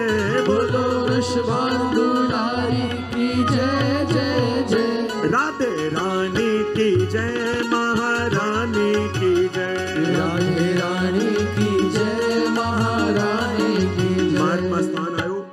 કનવારો, અને કનવારો એ ગામ છે જ્યાં ઠાકોરજીના કર્ણવેદ સંસ્કાર થયા હતા, કાન વિંધાયા હતા એ સ્થાન. ત્યાંથી આપણે આગળ આવ્યા તો સ્થાન આવે છે સુનેહરા કી કદમખંડી. કેટલાય દર્શન કર્યા છે. જ્યારે પણ બરસાનામાં જઈએ ને તો બરસાનામાં રાધે રાણીનું મંદિર છે, એના ફરતે અષ્ટ સખીઓના મંદિર છે. જુઓ, રાધે રાણીની પાસે આપણે સીધા પહોંચી જઈએ છે, પણ આસપાસ અષ્ટ સખીઓના મંદિર છે, એના દર્શન કેટલાય કર્યા છે. જુઓ, ઉપરની કૃપાના તાળા ખોલવાની ચાવીઓ ક્યાંક હોય ને તો આસપાસ રહેલા 8 મંદિરોમાં છે. ત્યાંથી આ 8 ચાવીથી ઉપરની કૃપાના તાળા ખુલે છે. અને જુઓ, જ્યારે બરસાનામાં આપણે જઈએ તો આ બરસાના એ ખાલી કોઈ ગામનું નામ નહીં, એ તો પ્રભુને કરેલી વિનંતી છે. બોલે શું? પ્રભુ આપકી કૃપા બરસાના. બરસાના એટલે વરસાવજો. અને માર્ગમાં સ્થાન આવ્યું સુનેહરા કી કદમખંડી. અને અહીંયા સુનેહરા સખીએ બધા સોનેરી સાજ પધરાવીને ઠાકોરજીને પધરાવ્યા હતા. અને આજ સુનેહરા કી કદમખંડીની અંદર એક ભક્ત થયા જેનું નામ શ્યામા સખી. અને આ શ્યામા સખી એ આ સુનેહરાની કદમખંડીમાં જ ફરતા રહેતા હતા સંત રૂપે.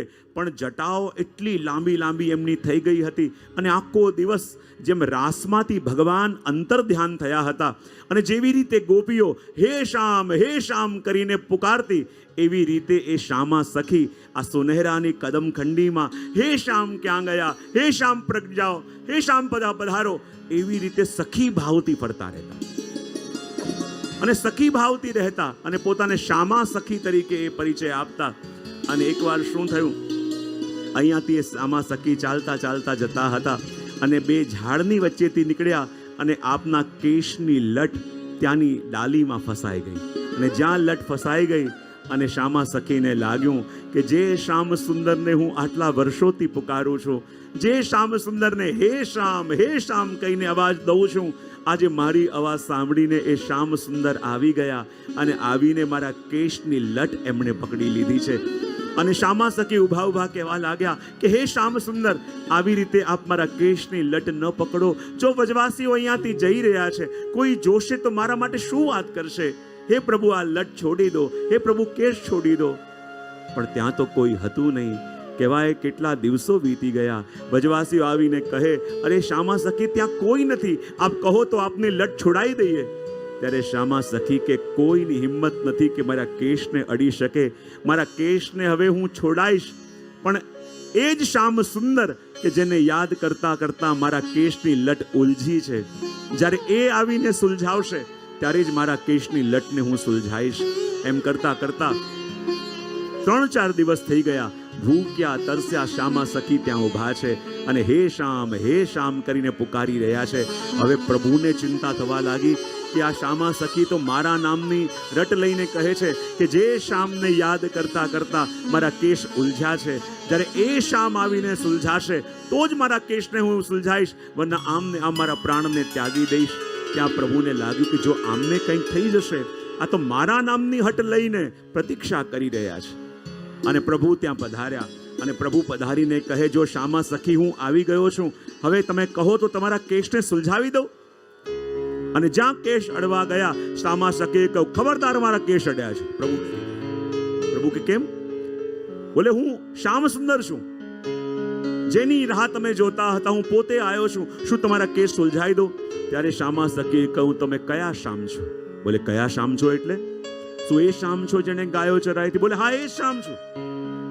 એ શ્યામ છો કે જેણે માખણ ચાર ચોરી કરી હતી? બોલે, એ શ્યામ છું. એ શ્યામ છો જેણે રાસલીલા કરી હતી? બોલે, એ શ્યામ છું. તો ખબરદાર મારા કેશને અડ્યા છો. પ્રભુ કે ક્યો?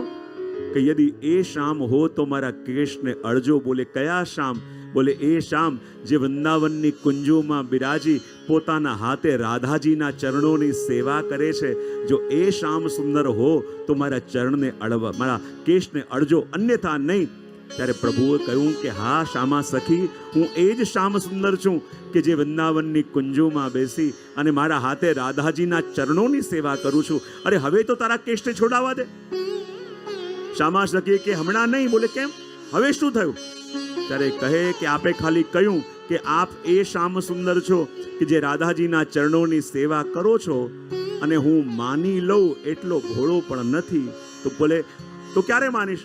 હમણાં ને હમણાં બરસાના જાઓ અને રાધાજીને લઈને એમની સાથે દર્શન આપો, તો હું માનું કે આપ એ જ શ્યામ સુંદર છો. પ્રભુ કહે જેવો ટેડો હું, મારા ભક્તો પણ મને એવા ટેડા મળે છે. થોડું મોનિટર. જેવા ટેડો હું એવા મારા ભક્તો પણ ટેડા મળે છે. હવે આની કેશની લટ સુલઝાવવા માટે મારે બરસાના જવું પડશે.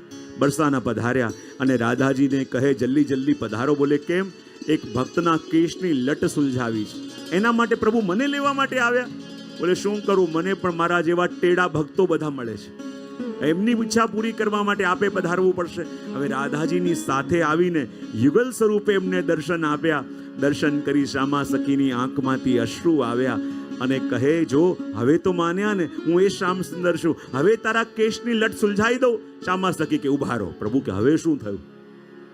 બોલે રાધાજીને જોડે લઈને આવ્યા, એમાંથી એ સાબિત થતું નથી કે આપ એમની ચરણોની સેવા કરો એ જ છો. તો પછી હવે શું કરવાનું? મારી આંખોની સામે એમના ચરણોની સેવા કરો તો હું માનું કે આપ એ જ શ્યામ સુંદર છો. પ્રભુએ પણ માથું પકડ્યું. આ મારા ભક્તો પણ બધા મારા જેવા ટેડા મળે છે. અને સામે વૃક્ષનો ચોંતરો હતો. પ્રભુએ રાધાજીને કહ્યું કે આપ ચોંતરા ઉપર બિરાજમાન થાઓ. પ્રભુ રાધાજી ચોંતરા ઉપર બિરાજમાન થયા. પ્રભુ ચરણોમાં બિરાજ્યા અને રાધાજીના બંને ચરણ પોતાના ગોદમાં લઈ પોતાના હાથે ચરણોની સેવા કરવા લાગ્યા. અને જ્યારે આ દર્શન કર્યા, શ્યામા સખીની આંખોમાંથી અશ્રુધારા વહી અને કહ્યું હા પ્રભુ, હવે હું માન્યો આપ એ જ શ્યામ સુંદર છો. અને પછી કેશની લટ સુલઝાઈ. અને આજે પણ તમે સુનેરાની કદમખંડીમાં જાઓ અને કોઈ જાણકાર વિષ્ણુને યા જાણકારને લઈને જશો ને, તો આજે પણ એ વૃક્ષ ત્યાં છે કે જેમાં શ્યામા સખીની લટ ઉલઝી હતી અને જેને સુલઝાવવા માટે ઠાકોરજી સ્વામીજીને લઈને અહીંયા પધાર્યા. એ વૃક્ષ પણ આજે ત્યાં છે. અને એના દર્શન કરીને ત્યાંથી આપણી યાત્રા આગળ વધી રહી છે. અને જુઓ આ સ્થાનથી આપણે આગળ આવ્યા, જો બરસાનાની રેન્જમાં આપણે આવી ગયા છે અને આગળ આવ્યા તો સ્થાન આવ્યું ચિત્ર વિચિત્ર શિલા. કયું સ્થાન? કે જ્યારે સ્વામીજીએ માન કર્યું અને જ્યારે માન કર્યું અને એટલો વિયોગ આપને થયો અને વિરહ સહન ના થયો અને મસ્તકનું કુમકુમ અને સિંદૂર વહેતું વહેતું મુખ પર આવ્યું અને એ હાથમાં લઈ ત્યાંની શિલામાં આપે લગાવ્યું. તો શિલામાં આજે કુમકુમના અને સિંદૂરના ચિહ્નો પણ રહેલા છે. ત્યાંથી આપણે આગળ આવ્યા, સ્થાન આવ્યું દેહકુંડ. અને આ દેહકુંડ શું સ્થાન છે? જ્યાં ઠાકોરજી અને સ્વામીજી વિરાજતા હતા. ને ત્યારે એક બ્રાહ્મણ આવ્યો અને બ્રાહ્મણે પ્રભુ પાસે કંઈક માંગ્યું. તો કહેવાય ઠાકોરજીએ રાધાજીના ભાર જેટલું સ્વર્ણ એને દાનમાં આપ્યું. ત્યાંથી આપણે આગળ આવ્યા, સ્થાન આવ્યું ઊંચો ગાંવ. કયું સ્થાન? ઊંચો ગાંવ. અને એ લલિતાજીનું સ્થાન છે. અને લલિતાજી એટલે લીલામાં મધ્યપાતી. અને મધ્યપાતી એટલે જ્યારે ઠાકોરજી અને સ્વામીજી રૂઠે તો મનાવવાનું કાર્ય કોણ કરે? બોલે લલિતાજી. અને ત્યાંથી આપણે આગળ આવ્યા તો સ્થાન આવ્યું બદરોલા ગામ. કયું? અને બદરોલા ગામ શું? પુષ્પાંજીના ઘરમાં જે દહીં વલોવે છે એ સખી અહીંયા રહે છે. અને કહેવાય ને અન્નકૂટ વખતે શ્રી ગિરાજીએ પોતાની ભુજાઓ લાંબી કરી, એ ભુજાઓ આ ગામ સુધી આવી હતી અને અહીંયાથી સામગ્રી આપે અરોગી હતી એ વર્ણન કર્યું. અને હવે આપણે પ્રવેશ કરી રહ્યા છીએ બરસાનાની અંદર. અને મેં પહેલાં જ કહ્યું ને કે બરસાના એટલે બીજું કાંઈ નહીં. બરસાના એટલે પ્રભુને કરેલી વિનંતી કે પ્રભુ આપકી કૃપા બરસાના, આપની કૃપા વરસાવજો. અને કહેવાય બરસાના એટલે શ્રી રાધે રાણીનું સ્થાન. અને કહેવાય ને કે જ્યારે અહીં નારાયણદાસ બ્રાહ્મણને નિત્ય જે ભજન કરતા અને સ્વપ્નમાં દર્શન રાધાજીના સ્વરૂપના થયા, ત્યાંથી ખોદવામાં આવ્યું અને રાધાજીનું સ્વરૂપ જે પ્રગટ્યું, જે આજે ઉપર બિરાજે છે. અને કહેવાય ને કે આ રાધા નામમાં એવો મહાત્મ્ય છે કે રા બોલીએ ત્યાં પ્રભુ દોડતા આવે અને ધા બોલીએ ત્યાં સુધી તો આપણને એમના હૃદયથી લગાવી લે. અને આ બરસાનાની અંદર આપણે આવ્યા છીએ તો જાણીએ આ રાધાજી છે કોણ? રાધાજીનું સ્વરૂપ શું છે? રાધાજી કોણ છે? અને જ્યાં સુધી એ રાધાજીના મહિમાને આપણે ન જાણીએ ત્યાં સુધી પ્રભુની કૃપાને પામી ન શકાય. આ રાધાજી કોણ છે? કહેવાય ને કે જ્યારે ભગવાન દ્વારિકામાં બિરાજે છે દ્વારિકામાં બિરાજી રહ્યા છે અને જ્યારે દેવતાઓએ આવીને ભગવાનની સ્તુતિ કરી અને વિનંતી કરી કે પ્રભુ હવે આપ પાછા સ્વધામ પધારો, આપનો વિયોગ સહન થતો નથી, આપનો તાપ સહન થતો નથી, ને ત્યારે પ્રભુએ નિશ્ચય કર્યો કે હવે મારે સ્વધામ પધારવું છે. ને જ્યારે આ સંકલ્પ કર્યો ત્યારે પ્રભુએ મનમાં વિચાર કર્યો કે જે કાર્ય કરવા માટે હું અહીંયા ભૂતલમાં આવ્યો એ બધા કાર્ય થઈ તો ગયા છે ને, કોઈ કાર્ય શેષ તો રહ્યું નથી ને. જેમ વ્યક્તિ પોતાના બાળપણથી બધી વસ્તુઓને યાદ કરે એમ દ્વારિકામાં પહોળેલા પ્રભુ જ્યારે એક એક પોતાની ભજની લીલાઓને યાદ કરે છે અને ભજની લીલાઓને યાદ કરતા કરતા પ્રભુનું સ્મરણ ક્યાં સુધી પહોંચ્યું કે જ્યારે અક્રૂરજી પ્રભુને લેવા માટે આવ્યા છે અને અક્રૂરજી પ્રભુને લઈને પધારી રહ્યા હતા અને ત્યારે જ પ્રભુએ શું જોયું કે સામે શ્રી રાધાજી ઊભા છે અને રાધાજી ઊભા છે અને એ દર્શન જ્યારે પ્રભુએ કર્યા અને પ્રભુ રથમાંથી ઉતર્યા, ચાલતા ચાલતા રાધાજી પાસે ગયા અને રાધાજી પાસે ગયા. ઘણું બધું કહેવું છે પણ કોઈ શબ્દો મળતા નથી. પોતાની કમરમાં ખોસેલી વેણું શ્રી રાધાજીને આપી અને આપીને કહ્યું કે આપ આજ્ઞા આપો કે હું વ્રજ છોડીને બહાર જાઉં, કારણ કે વ્રજમાં પ્રવેશ પણ રાધાજી આપની આજ્ઞાથી હું કરું છું અને વ્રજ છોડીને પણ હું ત્યારે જાઉં કે જ્યારે આપ મને આજ્ઞા આપો. અને ત્યારે રાધાજીએ કહ્યું પ્રભુ જો આપ લીલા કરી રહ્યા છો, આજે વ્રજમાંથી જવાની આજ્ઞા આપ મારાથી માંગી રહ્યા છો, પણ જુઓ જ્યારે આ ભૂતલ ત્યાગ કરીને આપ પાછા પોતાના મૂળ ધામમાં પધારવાના હો તો હું આપને કહું છું જેમ મારી આજ્ઞા લઈને આપ વ્રજ છોડીને બહાર જાઓ છો એમ ફરી આપે ક્યાંય જવું હોય તો મારી આજ્ઞા વિના આપ જઈ નહીં શકો. અને જ્યારે એ શબ્દો પ્રભુને યાદ આવ્યા અને જ્યારે પ્રભુએ નિશ્ચિત કર્યું છે કે મારે હવે દેવતાઓની વિનંતીઓને માન કરી સ્વધામ પધારવું છે અને જ્યારે પહોંચતા પ્રભુ હતા અને જ્યારે રાધાજીના આ શબ્દો યાદ આવ્યા અને રાધાજી દેખાઈ રહ્યા છે અને પ્રભુને કહી રહ્યા છે કે પ્રભુ આપ મારી આજ્ઞા લઈને વ્રજ છોડીને પધાર્યા હતા અને જ્યારે સ્વધામ ગમનનો વિચાર આપના મનમાં આવ્યો છે તો મારી આજ્ઞા વિના પ્રભુ આપ કેમ કરીને જઈ શકો? પ્રભુ આપ છલ કરી રહ્યા છો. અને એકદમ પ્રભુ બેચેન થઈને જાગી જાય અને કહેવા લાગે ના રાધાજી મેં છલ નથી કર્યું. અને એકદમ પછી દ્વારિકાની અંદર એવી દશા થઈ ગઈ કે 16,000 રાણીઓ પ્રભુની સેવામાં હોય, ટહેલ કરતી હોય અને અચાનક સ્વપ્નમાં ક્યારેક મૈયાના દર્શન થાય, ક્યારે રાધાજી કહે પ્રભુ આપે આપનું વચન નથી પાડ્યું અને એકદમ પ્રભુ ઝબકીને જાગી જાય, રાધા રાધા પુકારવા લાગે અને આ 16,000 રાણીઓને લાગે કે આ રાધાજી કોણ છે? અમે આટલી પ્રભુની સેવા કરીએ છીએ, આટલી ટહેલ પ્રભુની કરીએ છીએ, પણ અહીંયા આવીને આટલા વર્ષો પછી પણ પ્રભુ જેને ભૂલી શક્યા નથી એ રાધા કોણ છે? એ રાધાજી કોણ હતા? અમારે પણ જાણવું છે. પણ પ્રભુને પૂછી ન શકે, કારણ કે પ્રભુની દશા તો એવી કે કોઈક રાધા નામ પુકારે પ્રભુનું કંઠ અવરુદ્ધ થઈ જાય, નેત્રમાંથી અશ્રુ આવવા લાગે. તો પ્રભુ રાણીઓ કહે કે અમે આ રાધાજી કોણ છે જાણીએ તો કોની પાસે જાણીએ? અને કહેવાય ત્યાં જ નારદજી એકવાર આવ્યા અને નારદજીને પૂછ્યું કે કૃપા કરીને આપ બતાવો કે આ રાધા કોણ છે? ત્યારે નારદજીને એ દિવસો યાદ આવ્યા કે જ્યારે વૃષભાનજીને ત્યાં કન્યાનું પ્રાગટ્ય થયું હતું અને એ પણ પ્રભુના પ્રાગટ્યથી પહેલા. અને જ્યારે એ કન્યા પ્રગટી તો એના નેત્ર બંધ હતા. વૃષભાનજીને થયું કે આવી સુંદર કન્યા પ્રગટી છે પણ એના નેત્ર બંધ કેમ છે? અનેક વૈદોને બોલાવ્યા, અનેક ઉપાય કર્યા પણ એ નેત્ર ખોલતા નથી. અને ત્યારે નારદજી આવ્યા અને આવીને કહે કે કોઈ સમસ્યા નથી, નેત્ર બંધ છે એનું કારણ એટલું કે જેને જોવા માટે આ પ્રગટી છે હજી એ પ્રગટ્યા નથી. અને કહેવાય જે વખતે પ્રભુ પ્રગટ્યા અને પ્રભુનો નંદ મહોત્સવ મનાવાયો અને રાવલ સુધી એના શબ્દો ગયા, રાવલ કે કહે ગોપ આજ વ્રજ ધૂની ઓપ, કાન દે સુનો બાજે ગોકુલ મંદલડા. જ્યારે નંદ મહોત્સવની ધ્વનિ રાવલ ગાંવ સુધી ગઈ અને ત્યારે એ નંદ મહોત્સવના શબ્દો રાધાજીના કાનમાં પડ્યા, ત્યારે રાધાજીએ પોતાના નેત્ર ખોલ્યા. તો કહેવાય આ રાધાજી કોણ છે? કહેવાય પ્રભુ ફળ છે તો એનું મૂળ કોણ છે? બોલે રાધાજી. કારણ કે એક વૃક્ષમાં મૂળ પહેલા આવે કે ફળ પહેલા આવે? મૂળ છે તો ફળ આવે. અને એટલા માટે કહ્યું કે આ મૂળ એટલે રાધાજી. અને બધી પટાણીઓ કહેવા લાગી, આપ કહો કે એ રાધાજી કોણ છે, રાધાજીનો મહિમા શું છે? અને એટલે ભક્તો વર્ણન કરતા કહે કે પરમ ધન રાધા નામ આધાર. અને રાધાજીના નામનો મહિમા બતાવતા કહી રહ્યા છે કે રાધાજી શું છે, રાધાજીના નામનો મહિમા શું છે. અને એનું વર્ણન કરતા કહે પરમ ધન રાધા નામ આધાર, રાધા નામ આધાર,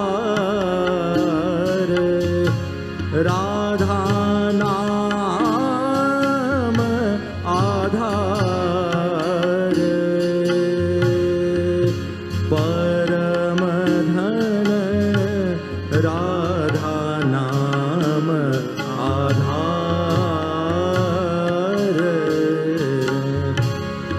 जाहि पिया मुरली में टेरत, जाहि पिया मुरली में टेरत, सुमारात बारंबार,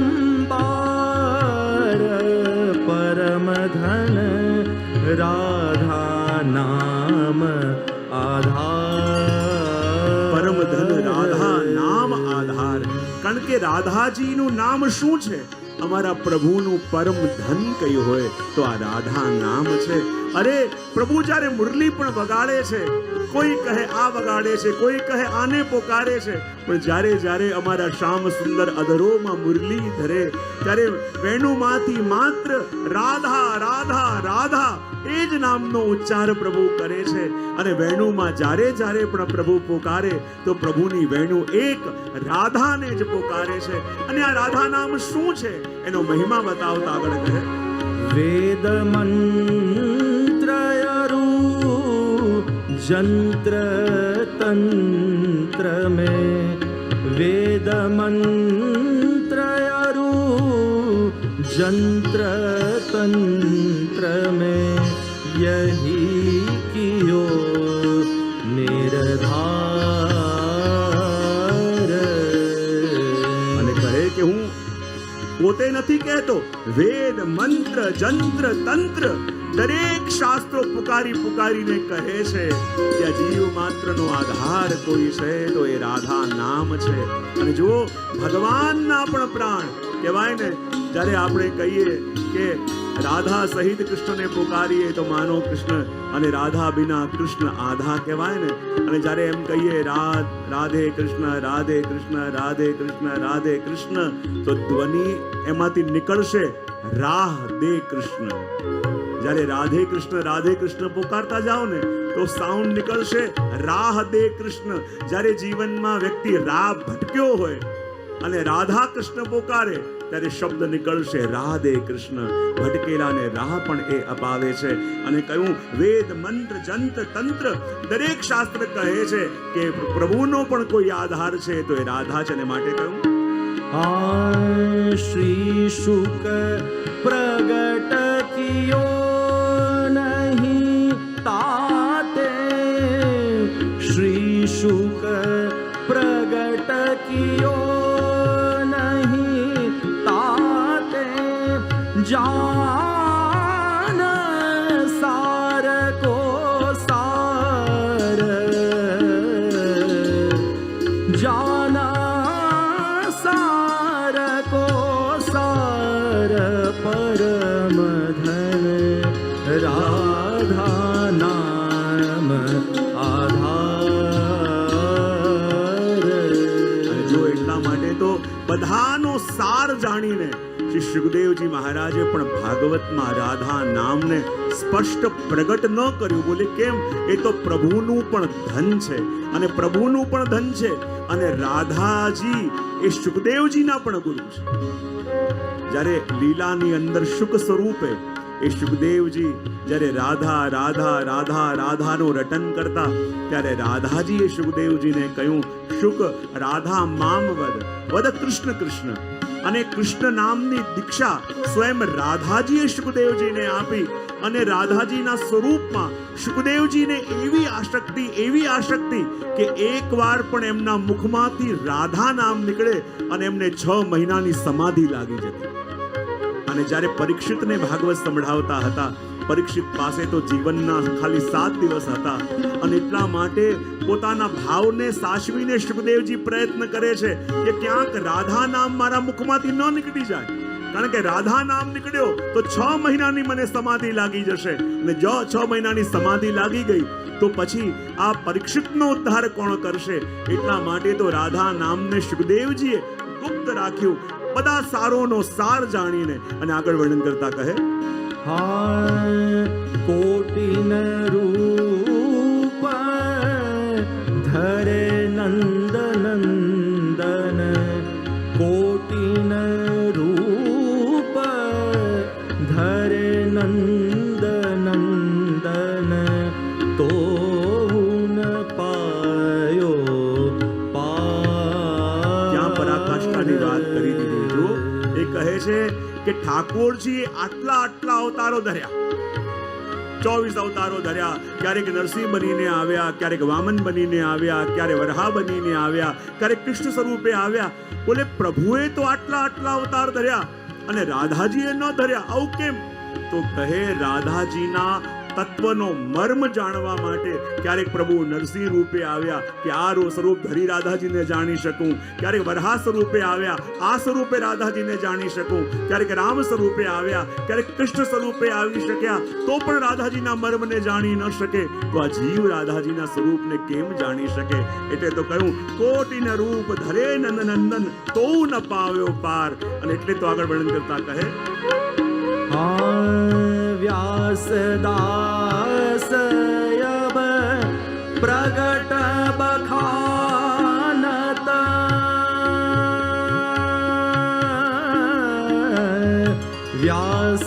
વ્યાસદાસ યબ પ્રગટ બખાનત, દાર ભાર में भार परम धन, राधा नाम आधार परम धन, राधा नाम आधार परम धन, राधा नाम आधार.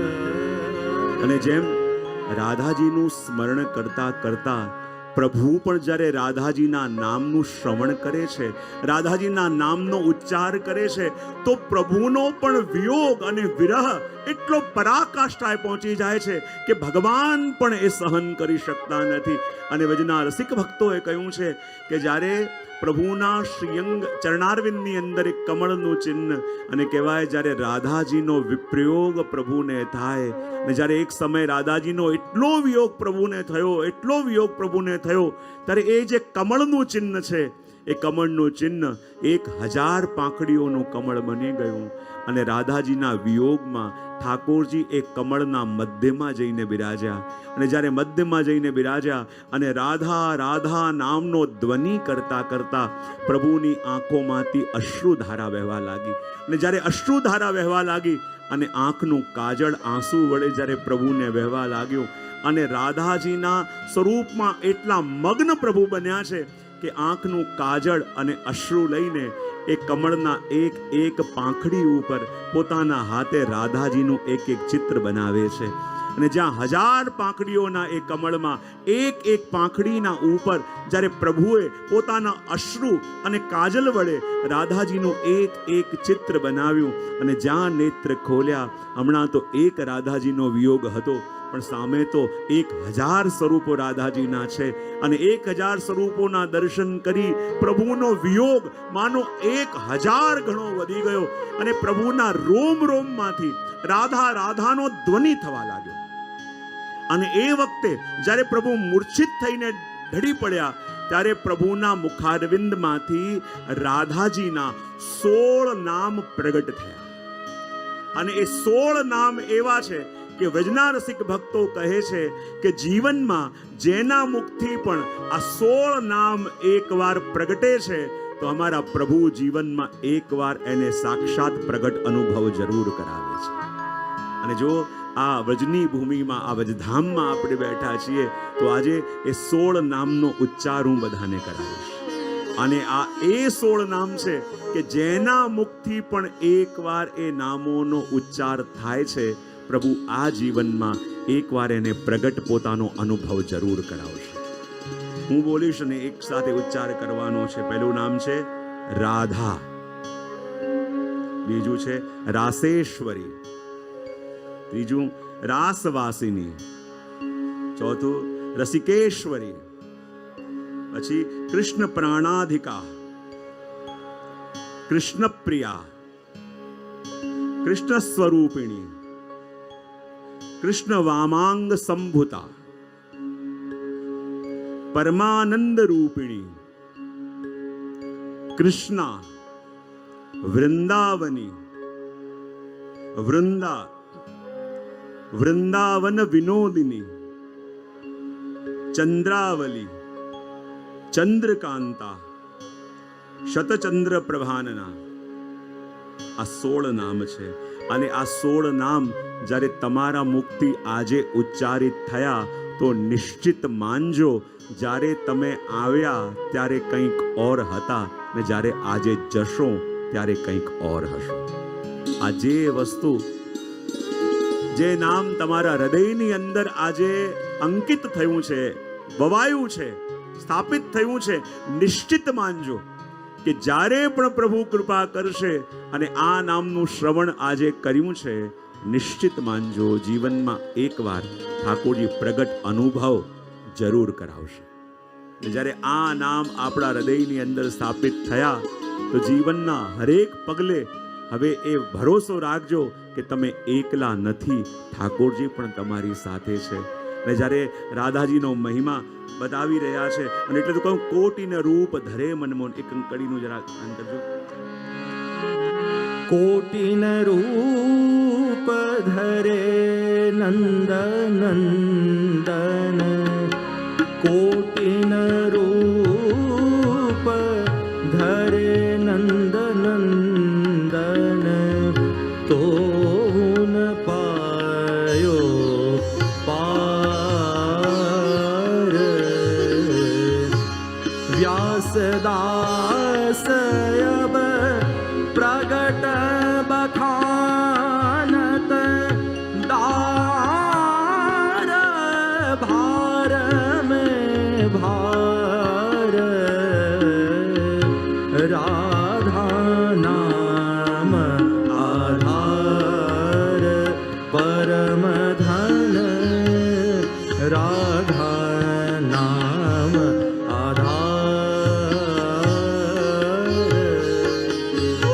જ્યાં રાધાજીનો મહિમા સાંભળ્યો એ 16,000 રાણીઓના મનમાં એ વાત આવવા લાગી કે જેના આવા ગુણગાન શ્રવણ કર્યા એ રાધાજી કેવા હશે.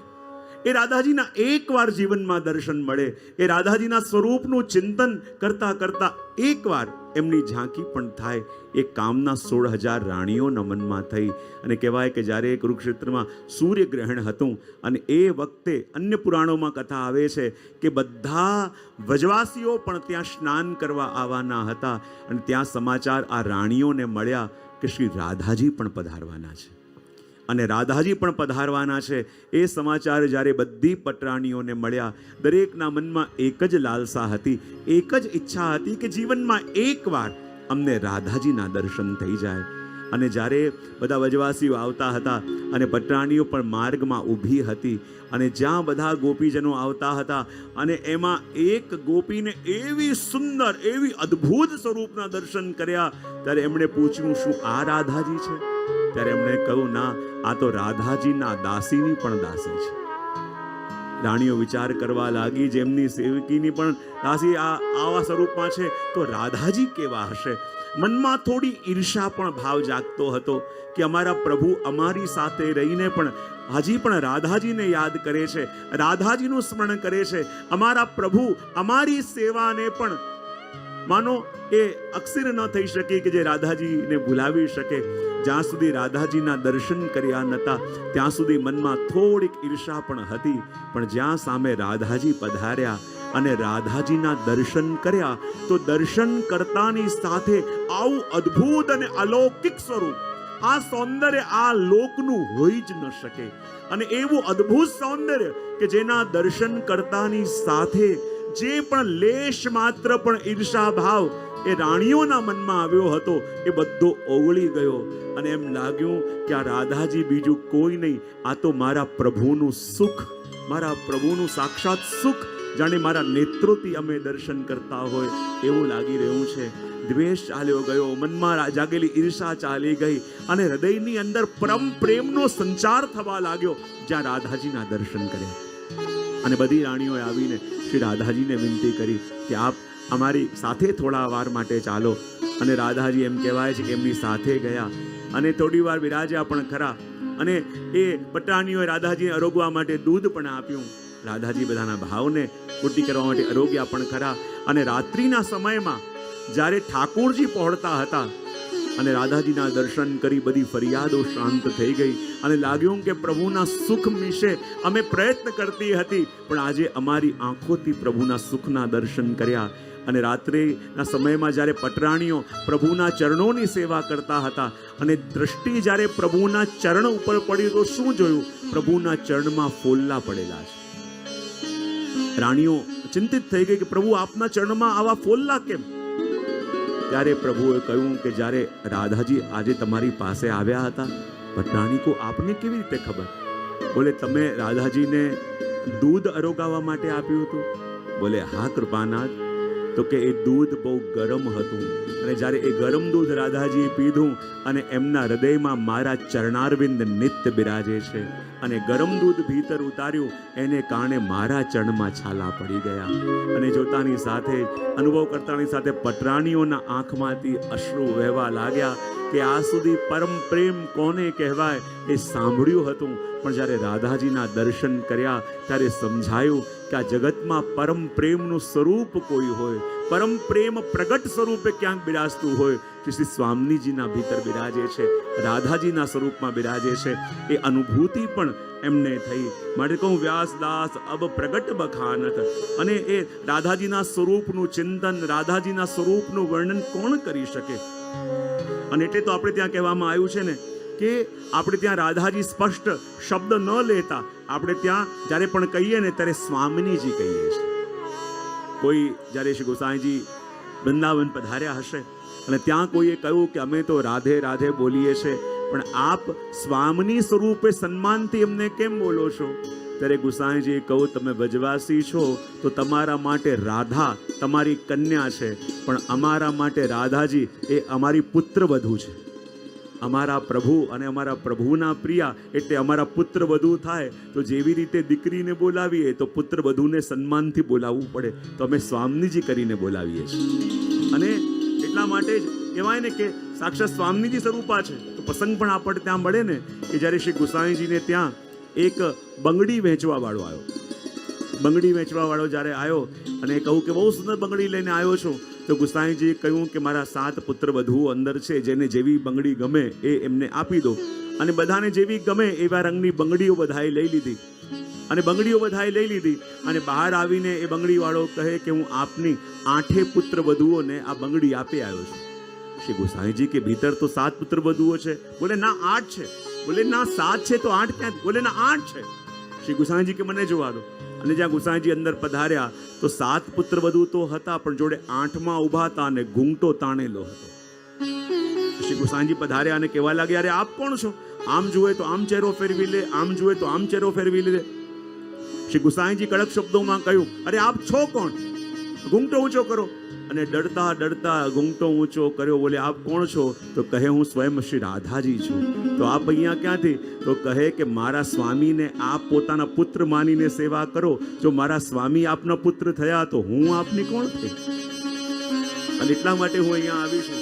અને એ જ ભાવ આપણે ત્યાં રાખવામાં આવે છે કે આપણે ત્યાં સ્વામિનીજી છે અને સ્વામિનીજી છે એટલે આપણે જો આપણા પુષ્ટિ માર્ગમાં આપણે રાધા રાધા ઓછું બોલાય, જ્યારે બોલીએ ને ત્યારે સ્વામીજી કહીને બોલાવતા હોઈએ છીએ. પણ હમણાં આપણે વ્રજમાં છીએ ને એટલે રાધે રાધે ગુણ ચાલી રહ્યું છે, રાધે રાધે નામ ચાલી રહ્યું છે. અને એટલા માટે આ બરસાનાની અંદર આપણે છીએ. અને બરસાનાની અંદર છીએ તો બરસાનાનું બીજું શું પ્રસિદ્ધ?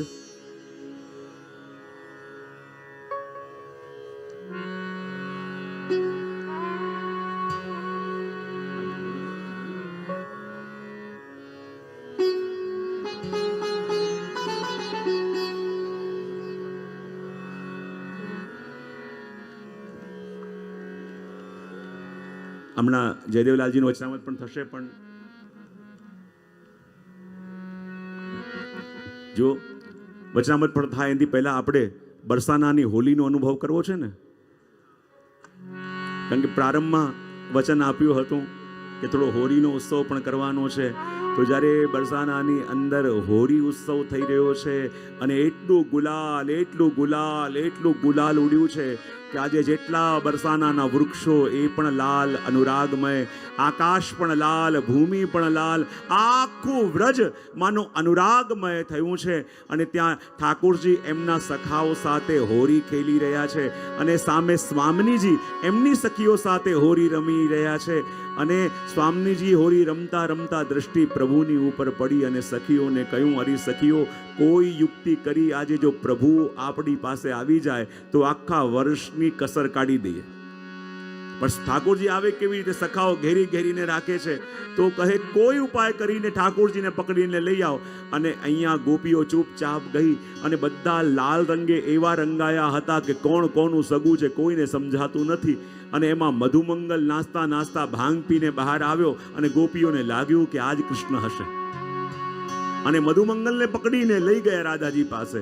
અને રાધાજી પાસે લઈ ગયા અને કહે, જો આ કનૈયાને લઈને આવ્યા, કહો છો તો ખરા પણ લાગતા કરે, શું કરીએ? બોલે આજે આને ઘીથી નવડાવો. અને જ્યાં ઘીથી નવડાવવાની વાત કરી અને મધુમંગલ કહેવા લાગ્યો, અરે પ્રભુ બચાવો, અરે પ્રભુ બચાવો. કહેવા માંગી રહ્યો છે કે મને બધા ઘીથી નવડાવે છે, પણ ભૂલથી બોલી રહ્યો છે મને ઘી પીવડાવી રહ્યા છે. ભગવાન કે મફતમાં પીવડાવે છે, પી લે. અને જ્યાં બધી સખીઓ ઘેરીને લગાવે અને અહીંયા ઠાકોરજી નૃત્ય કરી રહ્યા છે. આ લીલાનું દર્શન કાલે આપણે કરીશું. પણ જ્યારે ઠાકોરજી અને અહીંયા સ્વામીજી નૃત્ય કરી રહ્યા છે, એકબીજાની ઉપર સામે ગુલાલ ઉડી રહ્યા છે અને વજવાસીઓ રસિયા ગાઈને કહી રહ્યા છે, बरसाने खेल मचो भारी बरसाने, जय हो। बरसाने खेल मचो भारी बरसाने, हो बरसाने खेल मचो भारी बरसाने, हो बरसाने खेल मचो भारी बरसाने, हो बरसाने खेल मचो भारी बरसाने, हो बरसाने खेल मचो भारी बरसाने, ऊंचो गाँव बरसानो कहिए, ऊंचो गाँव बरसानो कहिए, ऊंचो गाँव बरसाने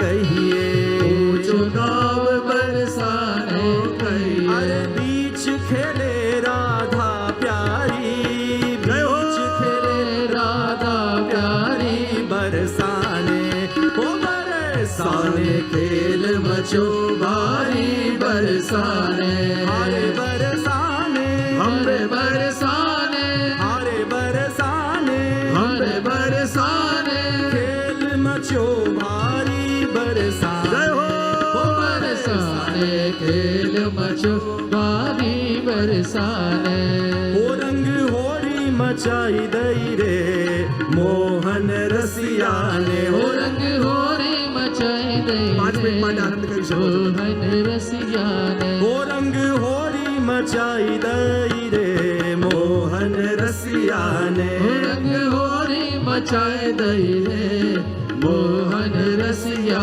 ने, अरे वृंदावन की कुंज गलिन में, वृंदावन की कुंज गलिन में, वृंदावन की कुंज गलिन में, वृंदावन की कुंज गलिन, ओ याने राधा बुलाई लई रे मोहन रसिया ने, ओ याने राधा बुलाई लई रे मोहन रसिया ने, ओ रंग होरी મચાઈ દઈ રે મોહન રસિયાને રંગ હોળી મચાય દઈ રે મોહન રસિયાને હે વલ્લભ વિઠ્ઠલ गिरधारी श्री यमुना जी की बलिहारी वल्लभ विठ्ठल गिरधारी श्री यमुना जी की बलिहारी वल्लभ विठ्ठल गिरधारी श्री यमुना जी की बलिहारी वल्लभ विठ्ठल गिरधारी श्री यमुना जी की बलिहारी रंग होरी मचाई दई रे मोहन रसियाने रंग होरी मचाए दई रे रसियाने रंग डार गयो री मो पे रंग डार गयो रे रंग डार गयो री मो पे रंग डार गयो री रंग डार गयो री मो पे रंग डार गयो रे पीछे ते आगे ते बाजू ते आयो नंदलाल री मो पे रंग डार गयो री पीछे ते आयो नंदलाल री मो पे रंग डार गयो रे होली के रसिया की जय हो होरी है होरी है नंदगांव को छोड़ा है, बरसाने की छोरी है नंदगांव को छोड़ा है, बरसाने की छोरी है होली है, होरी है ओ पीछे ते आयो नंदलाल री मो पे रंग डार गयो री पीछे ते आयो नंदलाल री मो पे रंग डार गयो रे एक अली घेर लाई मोए बन में एक घेर लही मोहे मन अरे में बाल बाल कोई सखान संग में बाल बाल कोई सखान संग याने मुख पे जय हो। याने मुख पे जय हो। याने मुख पे मल्यो है गुलाल री मो पे रंग डार गयो री पीछे ते आयो नंदलाल री मो पे रंग डार गयो रे हे रंग डार गयो री मो पे रंग डार गयो री रंग डार गयो री मो पे रंग डार गयो रे हे रंग डार गयो री मो पे रंग डार गयो री रंग डार गयो री मो पे रंग डार गयो रे हाँ पीछे ते आगे ते बाजू ते आयो नंदलाल री मो पे रंग डार गयो री पीछे ते आयो नंदलाल री मो पे रंग डार गयो हे होरी आई रे कान्हा ब्रिज के रसिया होरी आई रे होरी आई रे कान्हा ब्रिज के रसिया होरी आई रे अरे होरी आई रे हम पे होरी आई रे अरे होरी आई रे हम पे होरी आई रे कान्हा ब्रिज के रसिया होरी आई रे होरी होरी आई रे कान्हा ब्रिज के रसिया होरी आई रे हे इतते आई कुंवरी राधिका उतते आई गोपी इतते आई कुंवरी राधिका उतते आई गोपी भर भर पिचकारी मारी सर भर भर पिचकारी मारी सररररर भर भर पिचकारी मारी सर भर पिचकारी मारी सररररर अरे होरी खेले रसिया अरे होरी खेले रसिया हो ब्रज के रसिया होरी आई रे कान्हा ब्रिज के रसिया होरी आई रे अरे हारे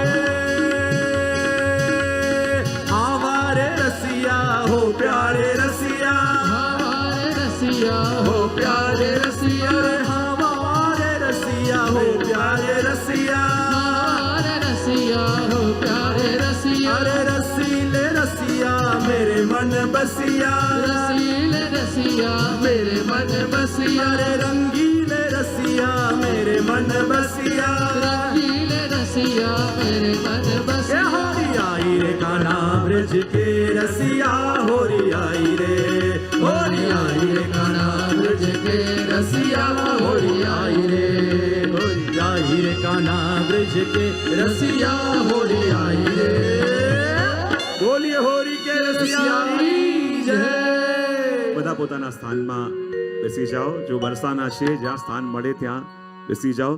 શ્રી રાધાજીની કૃપા વૃષ્ટિ, પ્રભુની કૃપા વૃષ્ટિ જ્યાં નિત્ય છે એ જ તો બરસાના છે. અને જો બરસાનાની અંદર જો હમણાં વચનામતનું પણ શ્રવણ કરવાનું છે, બધા સ્થાનમાં ગ્રહણ કરી લો. જો જ્યારે પ્રભુ પણ બરસાના જાય છે ને તો જ્યારે કોઈ યાત્રી આવ્યું હોય તો પોતાનું વિઝિટિંગ કાર્ડ પહેલાં આપે કે ન આપે? હા કે ના તો પાડો. અને જ્યારે પ્રભુ પહેલી વાર બરસાના ગયા તો ત્યાં ગોપીએ રસ્તો રોક્યો અને પૂછ્યું, આપ કોણ છો, શું કરો છો, ક્યાંથી આવો છો? તો પ્રભુએ પોતાનું વિઝિટિંગ કાર્ડ શું આપ્યું? પ્રભુએ પોતાનો પરિચય આપતા કહ્યો, નંદ ગાંવ મેરો ગાંવ હૈ, ગૈયા કો ચરાનો મેરો કામ. नंद गांव मेरो गांव है, गैया को चरानो मेरो काम. कह दो उन वृषभान लली से, हम तो वृषभान की लली के गली के गुलाम हैं. પોતાનો પરિચય પ્રભુએ આપ્યો કે હમ તો વૃષભાન કી લલી કી ગલી કે ગુલામ હૈ.